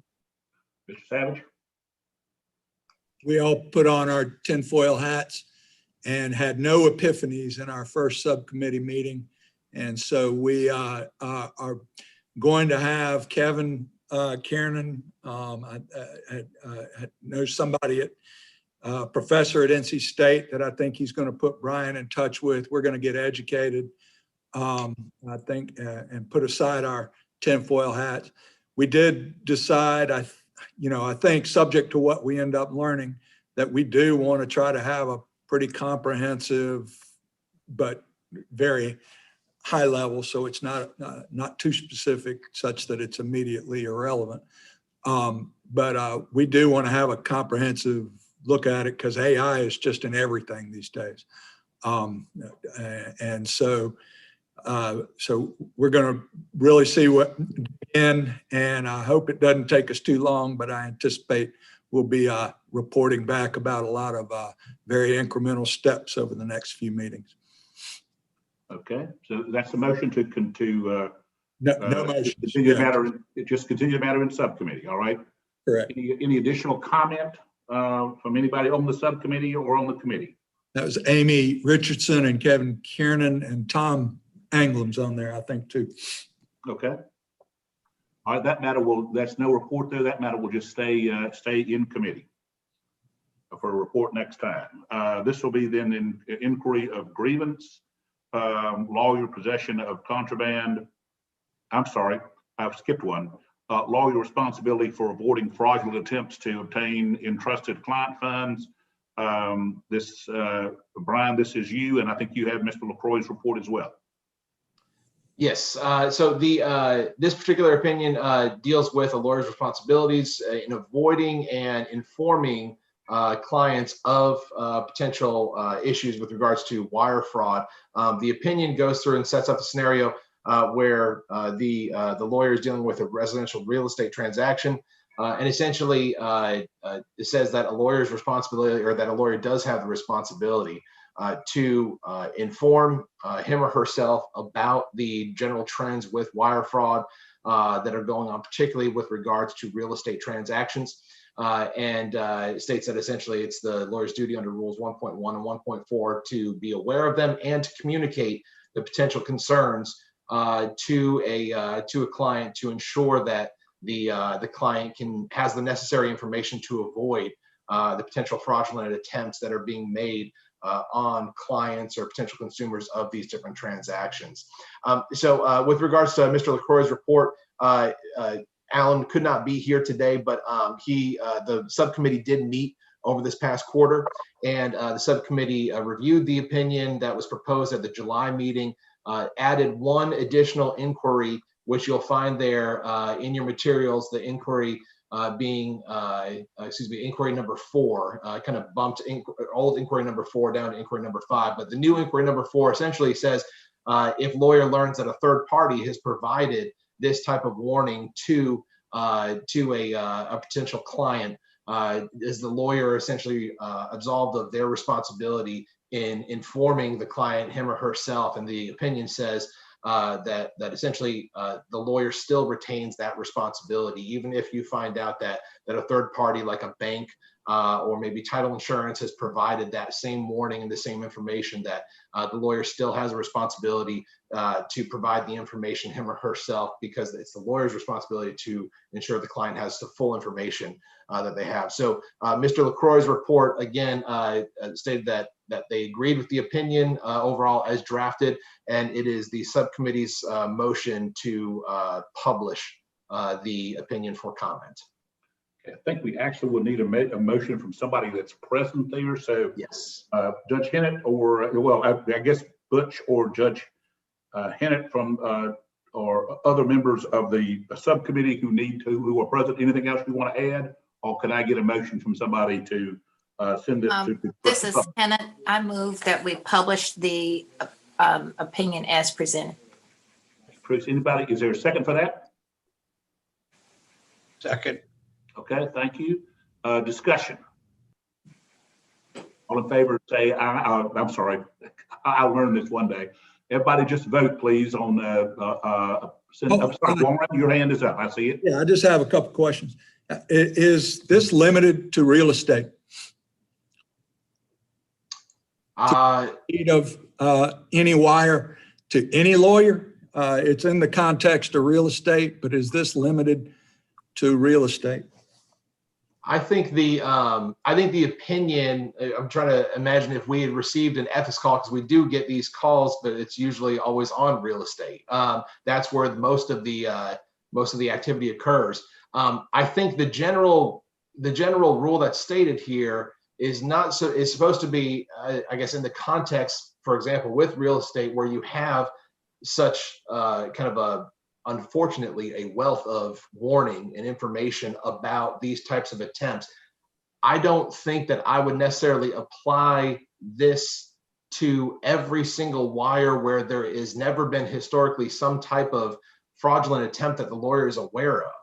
I think in this particular situation with real estate, lawyers have been informed of this, and there have been a number of instances where clients have become victims of wire fraud or just fraudulent attempts to obtain their funds. So I think the general responsibility of a lawyer is to be aware of trends that occur when handling these types of funds, and to communicate that sort of cautionary instruction to a lawyer. But I guess I'm trying to think of on the fly a hypothetical of some other scenario, whether it's a personal injury settlement or some other situation where there has been maybe a lack of wire fraud activity. And that's something that I don't know. I mean, that really would come down to a question for the grievance committee of whether they felt that a lawyer dealing with a client who was subject to wire fraud and did not provide some sort of warning when this is the first of its kind violated the rules. I would personally have a hard time saying that type of standard is imposed. I think this opinion recognizes that this issue has been brought up so many times that essentially it has kind of crossed the threshold of instances where a lawyer should be aware of and communicating it to. So I guess that's a very roundabout way of saying I would say it's I don't know if I would say that this is exclusively limited to real estate, because there may be other situations where there are other instances of wire fraud that folks are aware of. I just don't have any that are coming to mind. Okay, I get that, but I do know there's lots of wires that are not just real estate, and I just was concerned about that. And I guess the only other question I had, I'm generally in favor of it, was what everybody agrees this is not entrusted funds at any point, right? Right. Why is there this? Why is there the necessity to discuss and implicitly impose upon lawyers the safeguarding duties in Rule 1.15 through this opinion on funds that are never entrusted. And so I kind of, the second page of that opinion, I would prefer not to even talk about the Rule 1.15 or our duties as they apply to entrusted funds. But I'm going to vote for it, but I would suggest that maybe that shouldn't have been included in the opinion.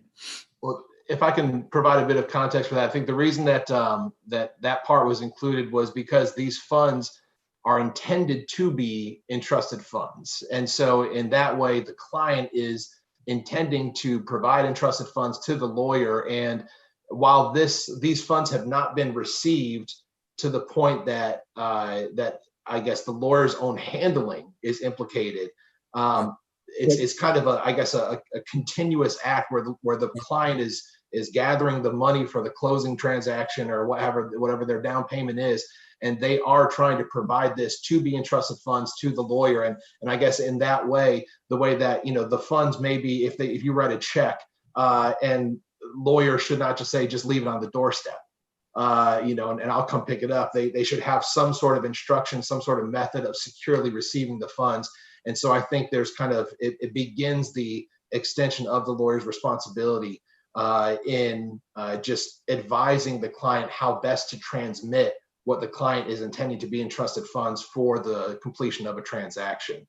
So it was just kind of, I guess, again, that spectrum. I guess my concern with that is that it pretty much absolves the client of being careful with their own money while it's still in possession. Warren, if this is Hennett speaking, part of this was really sort of the closing surprise on the part of the client. The issue was concerned with whether the lawyer failed to abide by the rules and not giving the warnings or the instruction letter. The attorney did that and constantly put that on each communication with the client to communicate with the office before wiring funds. And the client just did something else other than what the attorney instructed the client to do. Perhaps through no fault of his own, that's where the fraud came in.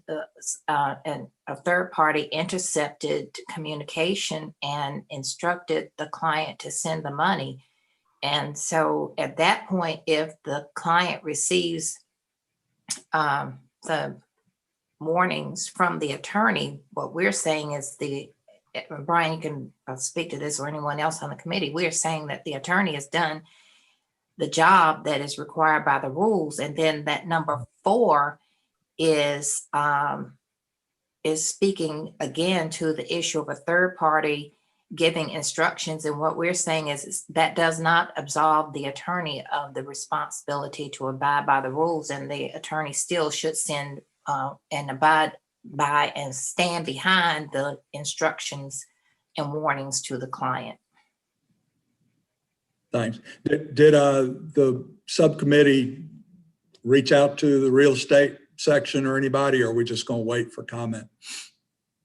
We not specifically reach out to anybody in the North Carolina Bar Association. I know we did appoint Troy Crawford to the subcommittee, but he was unable to show up. He was unable to join us that day. It seems. Okay. So, yeah. Like I said, I'm voting for it. Thank you for voting for and taking us down this rabbit hole, Mr. Savage. We appreciate that. Well, I would tell you the committee. The committee discussion was not as convoluted as the discussion that you're proposing, Warren. I hear you. It looks like it was a done deal. Pretty much. Right, seeing no further discussion on this matter, all in favor of the motion for publication, please vote whether to publish or not. I'll say it that way. I'll get this. I believe voting is concluded. That passes unanimously. Okay. And now this will be the possession of contraband during representation.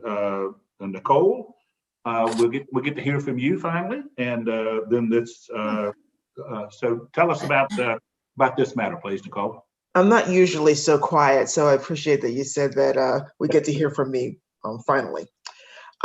This inquiry comes at the request of the Grievance Committee. The proposed opinion was first presented at the July meeting and involves a lawyer who represents a client in a custody matter, is presented with a photograph of the party's minor child engaged in sexual activity. And the question is whether or not the lawyer can take possession of the photograph for purposes of using it to assist a client. The proposed opinion rules that an illicit image of children engaged in sexual activity is contraband. And because state and federal law prohibit possession of contraband, and because there is no exception in the law for lawyers acting in a representative capacity, the lawyer may not take possession of the photograph. The opinion, however, does go on to provide that the lawyer may seek a protective order from the court. The subcommittee met in September. After a full discussion, the subcommittee directed me to add additional language that reminds lawyers that the ethics rules and opinions do not alleviate a lawyer's duty to comply with the law, and to add two additional inquiries to the opinion to address a lawyer's duty when he cannot obtain a court order allowing the lawyer to take possession of the contraband. Address a situation when a lawyer inadvertently or involuntarily comes into possession of contraband, and to address a lawyer's ability to obtain forensic imaging of the opposing party's computer when the client suspects that the opposing party has engaged in sexual activity with the party's minor child. These revisions are not in your materials. The subcommittee wanted to be able to meet again to review a revised opinion before they presented that to the ethics committee. But as you all know, our agenda is very full. We were not able to fit in a second meeting prior to today's meeting. So the subcommittee does not have a revised opinion for you at this time. Takia, then so your request is the matter stay with subcommittee until the next till our next meeting? Yes, that is the request, and as Nicole said, that's basically what happened. I think the opinion that was written, it was good. It was for initially when we started looking at it and talking about it, these other issues came up. And I think to try to address the concerns from the other members of the subcommittee, I think it would be necessary for us to keep it there. I know that there was great concern about, lawyers accidentally accessing it and whether to keep the opinion broad or specific or make it broader. So I just think there are still some things that we need to discuss and work out. And once we have the changes to the proposed opinion, I think maybe we'll be able to flesh things out and hopefully have it ready for the next quarterly meeting. Okay, thanks very much. Tom, I'm sorry, is your hand up, Tom? Yeah, and I wanted to kind of ask the council, this committee, a question, because inquiry number 2, where the opinion basically says that the lawyer doesn't represent the child. And I guess I'm trying to look at the dynamics of one of the discussions we had in this subcommittee was about what is the lawyer's obligation, because you have Chapter 7B 310, the statutory requirement that there be a disclosure when anybody comes into contact with contraband that could constitute abuse, neglect, or dependency. So if the lawyer is not representing the child, does the lawyer have an obligation under North Carolina law to then make that report to law enforcement for this contraband? And I think because that was one of the rubs that we were talking about in our subcommittee about, so what's the lawyer's obligation if they're not representing the child and they have information about this, do they stop being, since they're not representing the child, or that as a citizen, we are obligated to make these reports to law enforcement and to DSS and things of that nature. And I just kind of, because we were talking about that, I just kind of want to get some of your opinions about that, so that when we go back into subcommittee, we can have kind of an understanding of that discussion and that understanding. Okay. This is going back to subcommittee, guys. So, and I'm really, we've got about half an hour left and a few more matters to cover. I see Evan's hand up. Can you be just succinct, Evan, and then we'll see if we can move on. I'm sorry, I don't need to cut anybody off. I'll be very succinct. I'm a little concerned about the court order provisions in this proposed opinion. That court order does not give immunity. Immunity is provided by statute under state law and federal law. And I just don't want to send the wrong messages to lawyers that if they get a court order that they're somehow immunized from later prosecution. That's my comment. Anything further? That matter will go back to committee for subcommittee for a report next quarter. Thanks very much, Takia. Thank you, Nicole. The next matter is inquiry of confidentiality and public information. A really interesting question, Suzanne. This is in your bailiwick. Yes, I'll try to be brief, but the subcommittee did really spend a lot of time on this. The inquiry deals with the lawyer's duty of confidentiality as it pertains to information in the public record. In the inquiry, a lawyer worked on a high-profile case that received a lot of publicity, and at the conclusion of the case, he was asked to participate in various podcasts and CLEs. The lawyer planned to limit his public comments to information and events contained in the public record or occurring in public hearings.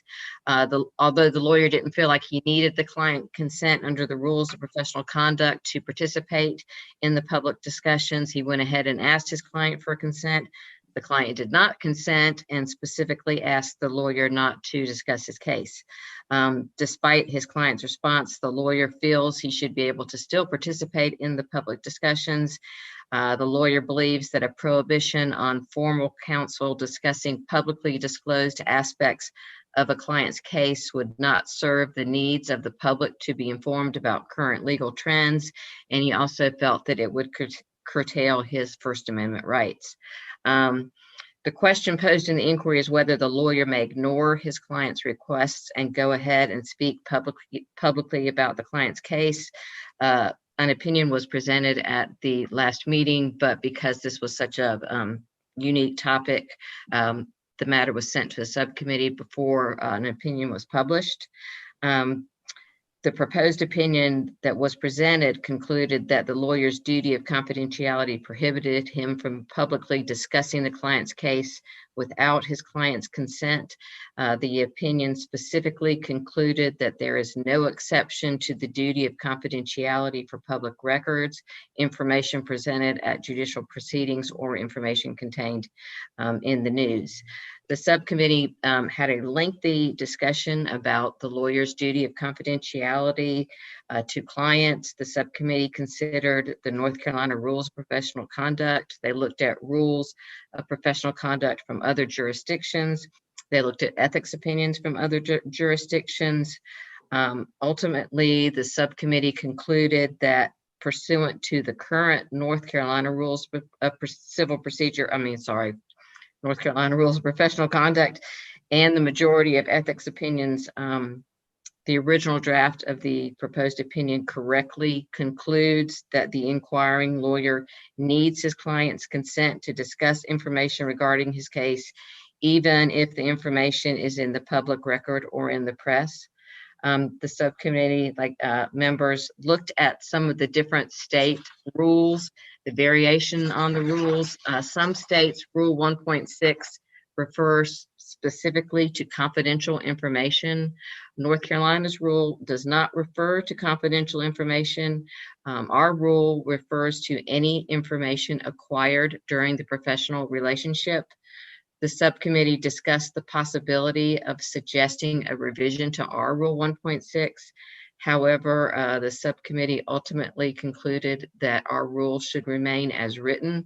The subcommittee members felt that the North Carolina rule is purposefully client-based, that it's appropriate for the client to have control over his or her own information, and that requiring client consent appropriately gives the client the ability to control the dissemination of the information that really belongs to the client, not the lawyer.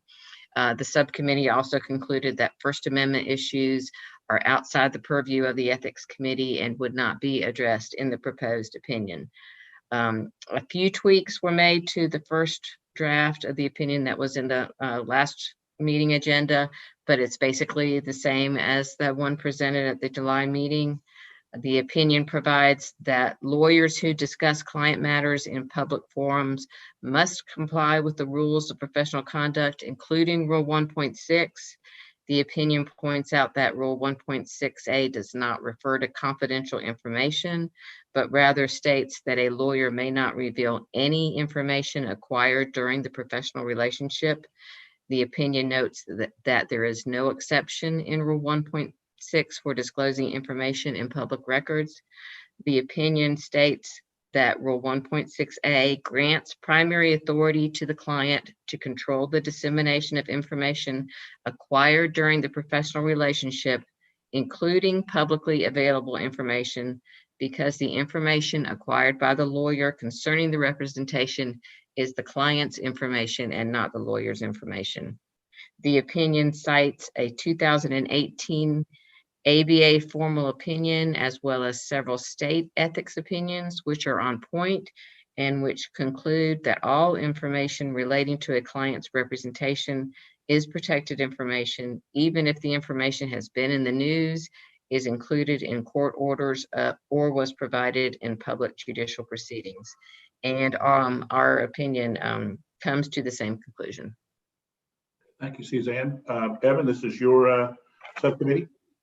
Yeah, Bill Pittman and Amy Richardson, I and Suzanne had a very vigorous discussion about the parameters of this. We ultimately concluded that the narrow answer to the question presented was appropriate rather than expanding our subcommittee's work into looking at revisions to Rule 1.6. We did look at 10 states who have modified their language under 1.6 to just carve it up into confidential or privileged information as opposed to a general blanket prohibition against any information acquired during representation.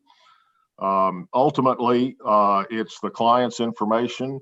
There is a balance that the lawyers can seek the client's consent, but otherwise, this opinion comports with 4 other states and the ABA opinion.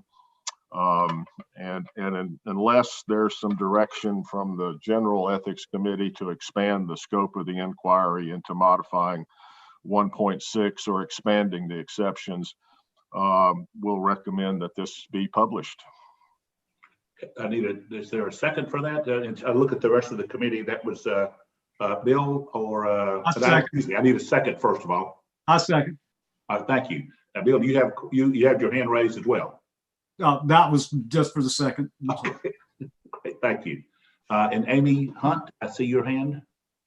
Thank you. I have a quick question. So if I'm presenting a CLE and I'm doing a case law update and I talk about 20 cases, one of which happens to be a case I was personally involved in. Obviously on the 19 others, all I have is the information I get in the public record. So that's what I'm talking about. Under this opinion, I am prohibited from speaking about my own case, even though I'm talking about it the same as the other 19 without client consent. Is that correct? Am I reading that correctly? You are reading that correctly, and unless you get client's consent. We talked about the distinction between a lawyer that is sitting in court watching your case, Amy, as opposed to the lawyer that's actually representing the client. The lawyer that's in the audience, the observer, can gather all of the court orders, can talk about whatever she heard in court without falling under the penumbra of this particular rule and ethics opinion. This is a general prophylactic prohibition about disclosing any information acquired during representation or relating to the representation under 1.6. 1.9 rule talks about former clients. We won't get into that. And we really talked briefly about the First Amendment aspects because there is a court opinion out of Virginia that modifies this particular. But you cannot talk at a CLE. You can't talk at a bar function about your cases. You can't talk over a glass of wine about any information that you've acquired during representation. I'm sorry. I'm sorry. I did want to add that you can do a hypothetical, and I forgot to mention that was an additional inquiry. Is that if you can present it in such a way that the client is not identifiable, the matter is not identifiable, you can use a hypothetical. I think this is going to require some education for the members of our bar. I think a vast majority of people who present at CLEs base in some part on what they're doing. I mean, it's a natural tendency. I think we're going to have to be very clear to educate the members of the bar that this isn't acceptable. We just cut out an entire brand of CLE called War Stories. And I think it's a valuable part. I mean, I think some of the most valuable CLEs I have attended are where I'm hearing someone who case is closed, obviously it's not pending, but learning what was going on behind the opinion that ultimately comes out, which isn't privileged in the sense that both sides of the case knew all of that information at the time. Other parties may have been privy to it too. I just think it's a vast change to the way we've allowed attorneys to do CLEs, and if this is the path we're going down, we need to be really clear in educating them. Well, I think that's what everybody thought, but when we actually sat down and looked at the rule, the rule doesn't allow for it. I'm not saying it's a change, but I don't think people have been following. No. But so that's why we even talked about maybe changing the rule. It's funny when Evan mentioned this, and I had looked at this. It seems, it's odd. In Rule 1.9, there is a specific exception for representation, and that basically sort of deals with a conflict. And it seems to me, and I may be wrong, Suzanne, in my interpretation of 1.9, but that if the information, the client confidence that you have has become public or dated or stale, I think was the word that the rule uses, then it's not a conflict. I mean, it may allow you to take on representation that otherwise would have been prohibited.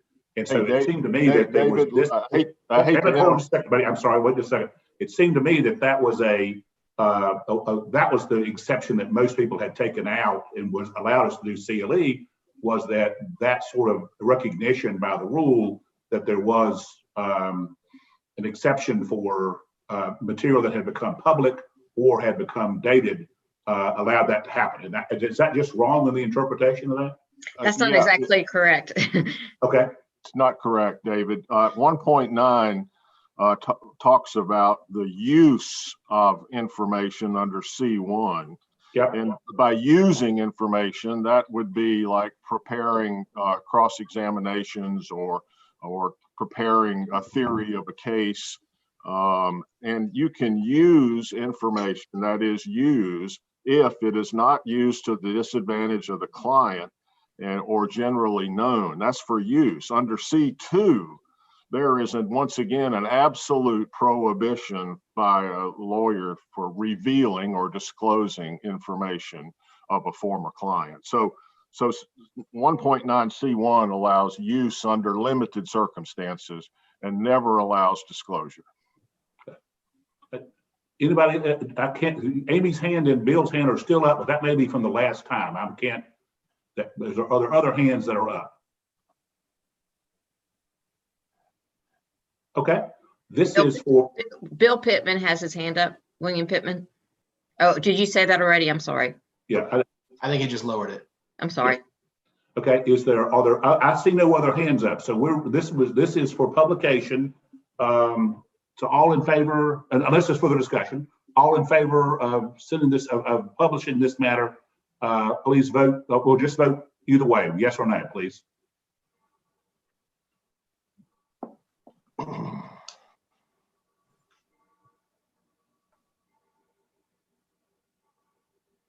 Okay. Votes are still coming in, but right now we have a vote of 15-7 in favor of publication. I mean, Okay. it's going to get a huge amount of comments. There's no doubt about it. And that might instigate us looking at possibly changing the rule, but I just don't see how we can write it any other way under the rule that we have now. And I agree with Suzanne. Yeah, that's the way the rules sits right now. This is the way to go. Okay. Yeah, and if I can add something that I think Amy Richardson had said that was particularly pertinent to the subcommittee's discussion was the notion that the information we're talking about is not necessarily the lawyer's information, it's the client's information. It's the client's case. And so there are folks that may not want their lawyer going out and telling the tales of their experience during trial or what have you, just reliving what may have been an awful part of their life. And so that's where I think the subcommittee's thought process as far as getting client consent is more appropriate. But nevertheless, I just add that in because Amy is not here, and I thought she made a very good point during that discussion. But the vote is 16-7 in favor of publication. All right. My guess is that we will get tons of my guess is the CLE providers may in fact weigh on this because it's going to make it real tough to get commentators to discuss cases, to discuss a year in review when their own cases appear in there. They just have to get consent. That's all I want to say. Just have to get consent. The next matter is Nicole, lawyer, professional responsibility, identifying and avoiding counterfeit checks. And Stuart, you're on deck. Yes, this is another one of my opinions that the subcommittee wants to rewrite the opinion, but we did not have enough time to hold another meeting prior to today. So the revised or the revisions that I've been instructed to make are not in your materials. But this is a proposed opinion that addresses a lawyer's professional responsibility to identify and avoid counterfeit checks presented for deposit in the lawyer's trust account. In the inquiry, a lawyer receives an unsolicited request to file suit against a third party who owes money to the purported client. The lawyer verifies the third party's existence and their address, and then sends a letter of introduction to the third party. As a result of that letter, the third party calls the lawyer and they have a conversation. The third party agrees to pay the funds and does not want to engage in litigation. And subsequently, the lawyer receives a cashier's check from the third party. The check, however, is written on a bank from another country and is dated prior to the conversation with the lawyer. The lawyer deposits the cashier's check into his trust account and informs the client of the same. The client tells the lawyer to take 20% of the funds as a fee and to immediately disperse the rest of the funds to the client in two different disbursements, one to an account in another state where the client does not live, and the remainder to an account in a different country. 2 days after depositing the check, the lawyer contacts his own bank and is told that the funds are available. The lawyer dispersed the funds pursuant to the client's instructions, and then lo and behold, after doing so, learns from the foreign bank upon which the check was written that the check is counterfeit. The lawyer attempts to, but is not successful in recalling the checks that have been written to the client. The proposed opinion provides that lawyer failed to investigate the authenticity of the foreign bank cashier's check prior to depositing the check into his trust account, dispersed client funds without first having client funds in the trust account, thereby using funds belonging to other clients, and the lawyer violated competency and diligence rules by failing to adhere to the requirement to keep abreast of changes in technology and the legal profession regarding avoiding scams. The proposed opinion further reminds lawyers of the many alerts on scams on lawyers' trust accounts that have been issued over the past 10 years. Because of the lawyer's violation of the rules, the opinion provides that the lawyer is obligated to replace the funds stolen from the trust account and to self-report the misappropriation of other clients' entrusted funds to the State Bar. The subcommittee met in September. They first discussed whether the inquiry raises an ethics issue or if this was a standard of care issue. After a spirited conversation on that, they ultimately decided that the opinion should be narrowly tailored to only address the ethics issues raised by a lawyer's failure to recognize the red flags and dispersing funds too early. The opinion will include additional facts and in one inquiry address a lawyer's the lawyer's duty prior to depositing the funds, which will focus on Rule 1.1 on competency, Rule 1.3 on diligence, and 1.4 on communication. A subsequent inquiry will address the lawyer's duties under Rule 1.15, which is the trust accounting rule, and reference RPC 191, which is the ethics opinion that discusses a lawyer's ability to disperse funds based on provisional credit to the trust account. So again, the proposed changes are not in your materials because the committee wants to meet before they submit a proposed opinion for the full committee's discussion. Thank you, Nicole Stewart. Is that your request that the matter stay in committee? You have no motion for us? That is, Mr. Chairman. We don't have a motion. As Nicole stated, we had a very spirited discussion over this, but I think we've proposed some good changes. Nicole gave us a good product to work with at the outset.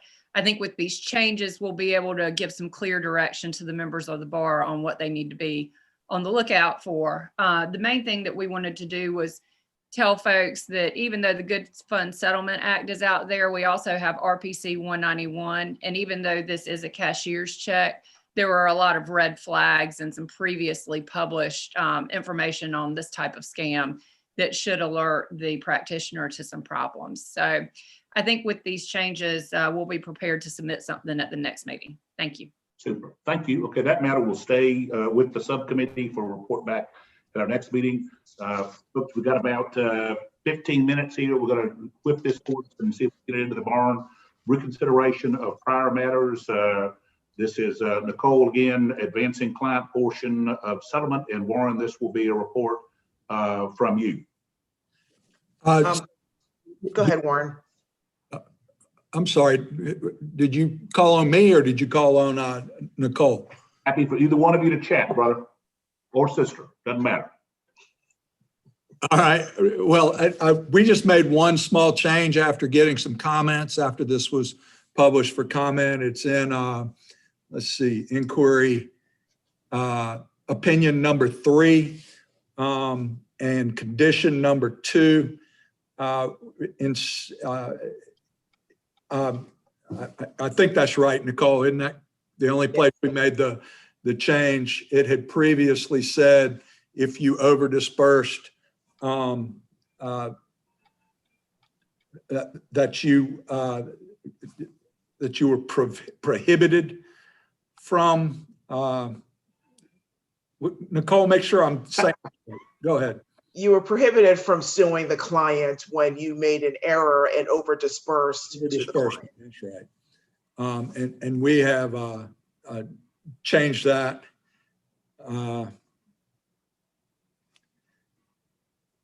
We received one comment on that, and it was from Deanna, and her concern was that it's not prohibited in the rules or in any other ethics opinion that addresses that a lawyer can't go after a client when they've over dispersed to the client.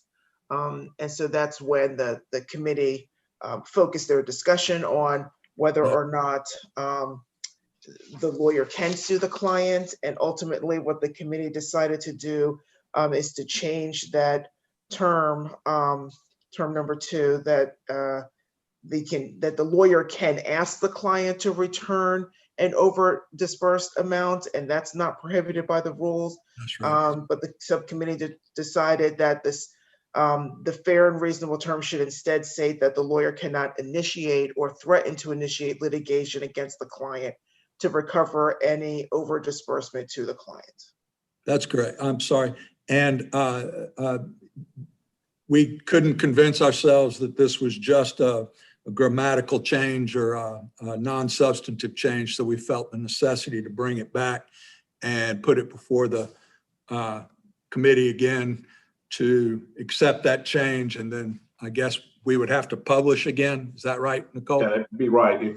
So your motion, Warren, would be if that's your feeling, then your motion would be to republish the matter for additional comment. With this change, correct? Right, with this change. I'm sorry. That's the motion of the subcommittee. There's a second I heard for discussion about that. Okay, thank you very much. All in favor, excuse me, just use your voting buttons. I'm sorry, Brian, since it's a republication, just for republication. That's correct. Okay, I'm sorry. So just vote for republication then, folks, or not. And that passes. Okay, thanks very much. That will be republished. And then the next matter is investment in litigation financing. Suzanne, this is for you, and then Steve, you're on deck. Brian, do you want to explain what we did with this one? Sure. So this opinion was published over the past quarter, and we did not receive any comment. However, as we're preparing this agenda, then Suzanne and I have been just kind of taking a look at it, and Suzanne made the point that there's one particular part of the opinion that she just felt could be said better. So you will find in your materials under item 1D2, proposed 2020 FEO4, I included both a clean copy and a track changes copy, where you'll see the very last paragraph of the opinion has been amended, really just to restate what was already said in a more clear manner. This is something that Suzanne and I do not feel is a material change to the opinion. It does not change the outcome of the opinion or otherwise change how we get there. It's just, I think, a more clear statement of the final conclusion of the opinion. So staff, again, since we don't feel that it's a material change, then we feel that it would still be appropriate to submit to the council for adoption should the ethics committee agree. Okay, Steve, do you have a motion on that? You agree with this is not a substantive change and therefore should be appropriate for submission to council? I move that we send it to council for adoption. Okay, is there a second for that? Second. All right, discussion on that? Seeing no discussion, please use your voting buttons to say yay or nay. And that passes. All right, thank you very much. And then we have the two new inquiries. The first is contemporaneous residential real estate closings. That's Nicole's, and looks like Amy, your fellow compadres here are both absent, I believe. So Amy would be on deck, but Nicole, tell us about this matter. So I'm not going to go through this opinion. It's very long. The opinion is raw, although I think that it comes to the correct conclusion. It needs to be tightened up a bit better. So this is basically about back-to-back real estate transactions where the same piece of property is going to be sold twice, and the funds from the end buyer, in the opinion, we identify that buyer as C, the funds from the end buyer will be used to close the first transaction between the original seller and the first buyer. We get this inquiry sometimes on the ethics hotline. The opinion goes through all of the various conflicts of interest created by one lawyer being involved in both transaction, a lawyer trying to broker the transaction, and whether or not the lawyer has the legal authority to do so if they're not licensed, using the the funds from transaction number 2 to conduct transaction 1. You get into issues with the settlement statement not accurately reflecting what actually occurred, and it is possibly some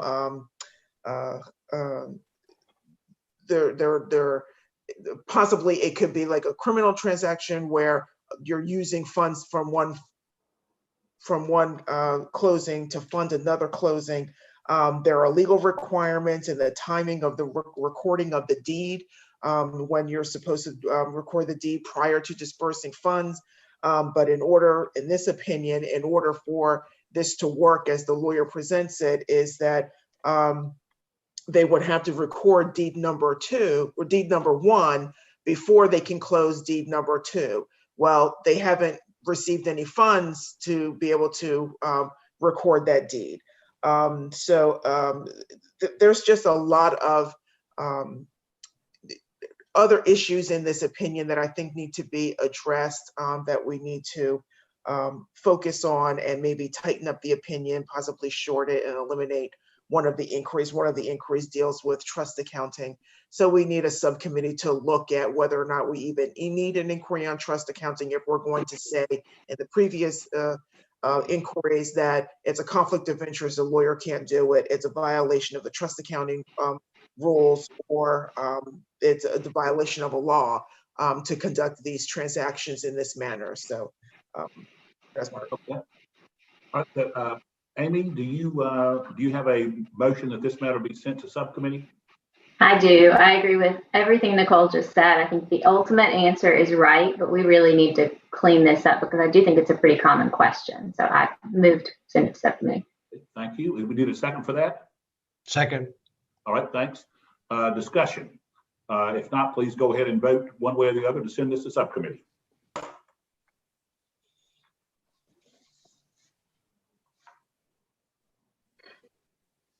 And that passes. Okay, thank you. And now the next matter, the new inquiry is inquiry of Brockhart Law participation in Google screened pay-per-view advertising program. What other words can we stick in there? This will be Suzanne's matter.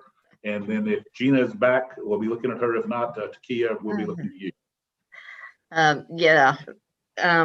I'll try to be brief. This is an inquiry we received regarding a new advertising program that Google is offering to lawyers. It combines pay-per-lead local service ads with a Google screened badge feature.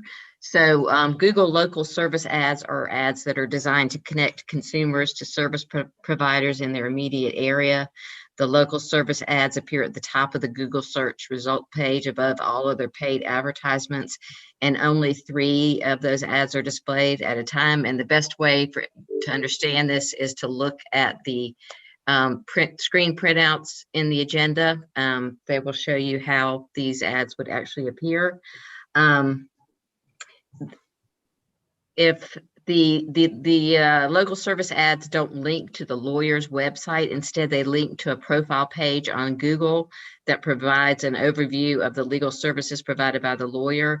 The profile page also provides a means of communicating directly and immediately with the lawyer. You can see an example of a lawyer's profile page also included.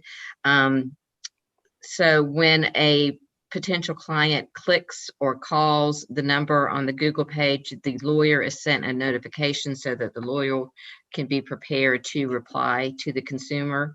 The idea is that this would connect a potential client and a lawyer immediately without the potential client having to go to the lawyer's website and then decide whether they want to take further action to actually connect with the lawyer.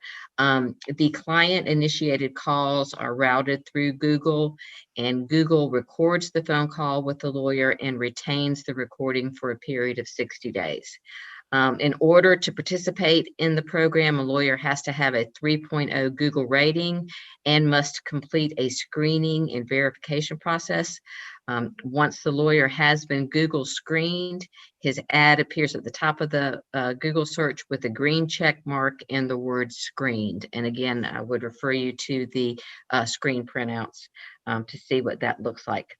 When a lawyer clicks on, when a consumer clicks on a lawyer's ad, the ad comes up with a notation that says Google screened, background and licenses checked by Google. And then there's a place they can click for more information. It also says this business has passed Google's lawyer screening and qualification process. If the consumer clicks on the Learn More tab, it shows what type of background screening a lawyer has to go through. It specifically lists that the lawyer has to go through a business check, owner check, insurance requirements, malpractice insurance, license requirements, and state bar license checks. So the first inquiry asks whether the Google screened badge feature of the local service ad program violates the rules of professional conduct. The proposed opinion refers to two prior opinions, 2018 FEO 1, 2018 FEO 8, and basically says the Google badge, it's okay to advertise the badge if you go through all the requirements of 2018 FEO 1 and 2018 FEO 8. So in this circumstance, the lawyer would have to ensure that the screening process set out on the Google screen page is actually completed. The lawyer would have to ensure that an explanation of the screening process necessary to acquire the badge appears in a prominent location near the badge, and it would have to include the fact that the lawyer paid to participate in the advertising program. The second inquiry has to do with the fact that Google will record the initial conversation and retain the recording for a period of 60 days. This part of the opinion refers to the lawyer's duty to protect client information from inadvertent disclosure or from being accessible by third parties. The opinion relies heavily on the 2011 FEO 6, which is the ethics opinion talking about cloud storage, which states that a lawyer has a duty to make reasonable efforts to prevent the unauthorized disclosure of information. Specifically, the opinion states that the lawyer would have to determine how information obtained by Google during the client-initiated communication will be safeguarded, whether the information would be shared with third parties, and how the recordings would be destroyed at the end of the 60-day period. The opinion states that the lawyer would have to obtain enough information about the data and privacy policies that the lawyer could reasonably determine that the policies are in keeping with his professional responsibilities, and the lawyer would have to obtain enough information to be able to explain to a prospective client any effect that the recording and retention policies might have on the confidentiality of the information or the attorney-client privilege. The opinion says the lawyer would have to get the client's consent at the beginning of the initial phone conversation to those policies, and that the lawyer also would have a duty to caution the client not to reveal any confidential information during that initial recorded phone call. Okay, thanks very much. Now we have Takeo. Do you have a motion that this matter be sent to? Sounds like it sure does need a subcommittee to me. So it's got an awful lot of stuff there. Yeah, I would ask that I would move it, go to subcommittee. I have an issue with the recording, like that. I have an issue with that, and I want to think about that some more and look into it some more. But just to me, that seems like a problem. So I would move for it to go to subcommittee. Is there a second for that, please? Second. All right. Please vote yay or nay on your buttons, and we'll hear from this one in the future, I'm sure.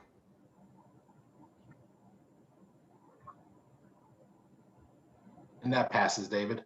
Okay, thank you. The last matter of our business is we had sent FEO 20 FEO number 3 have received no comments. Brian, is that right?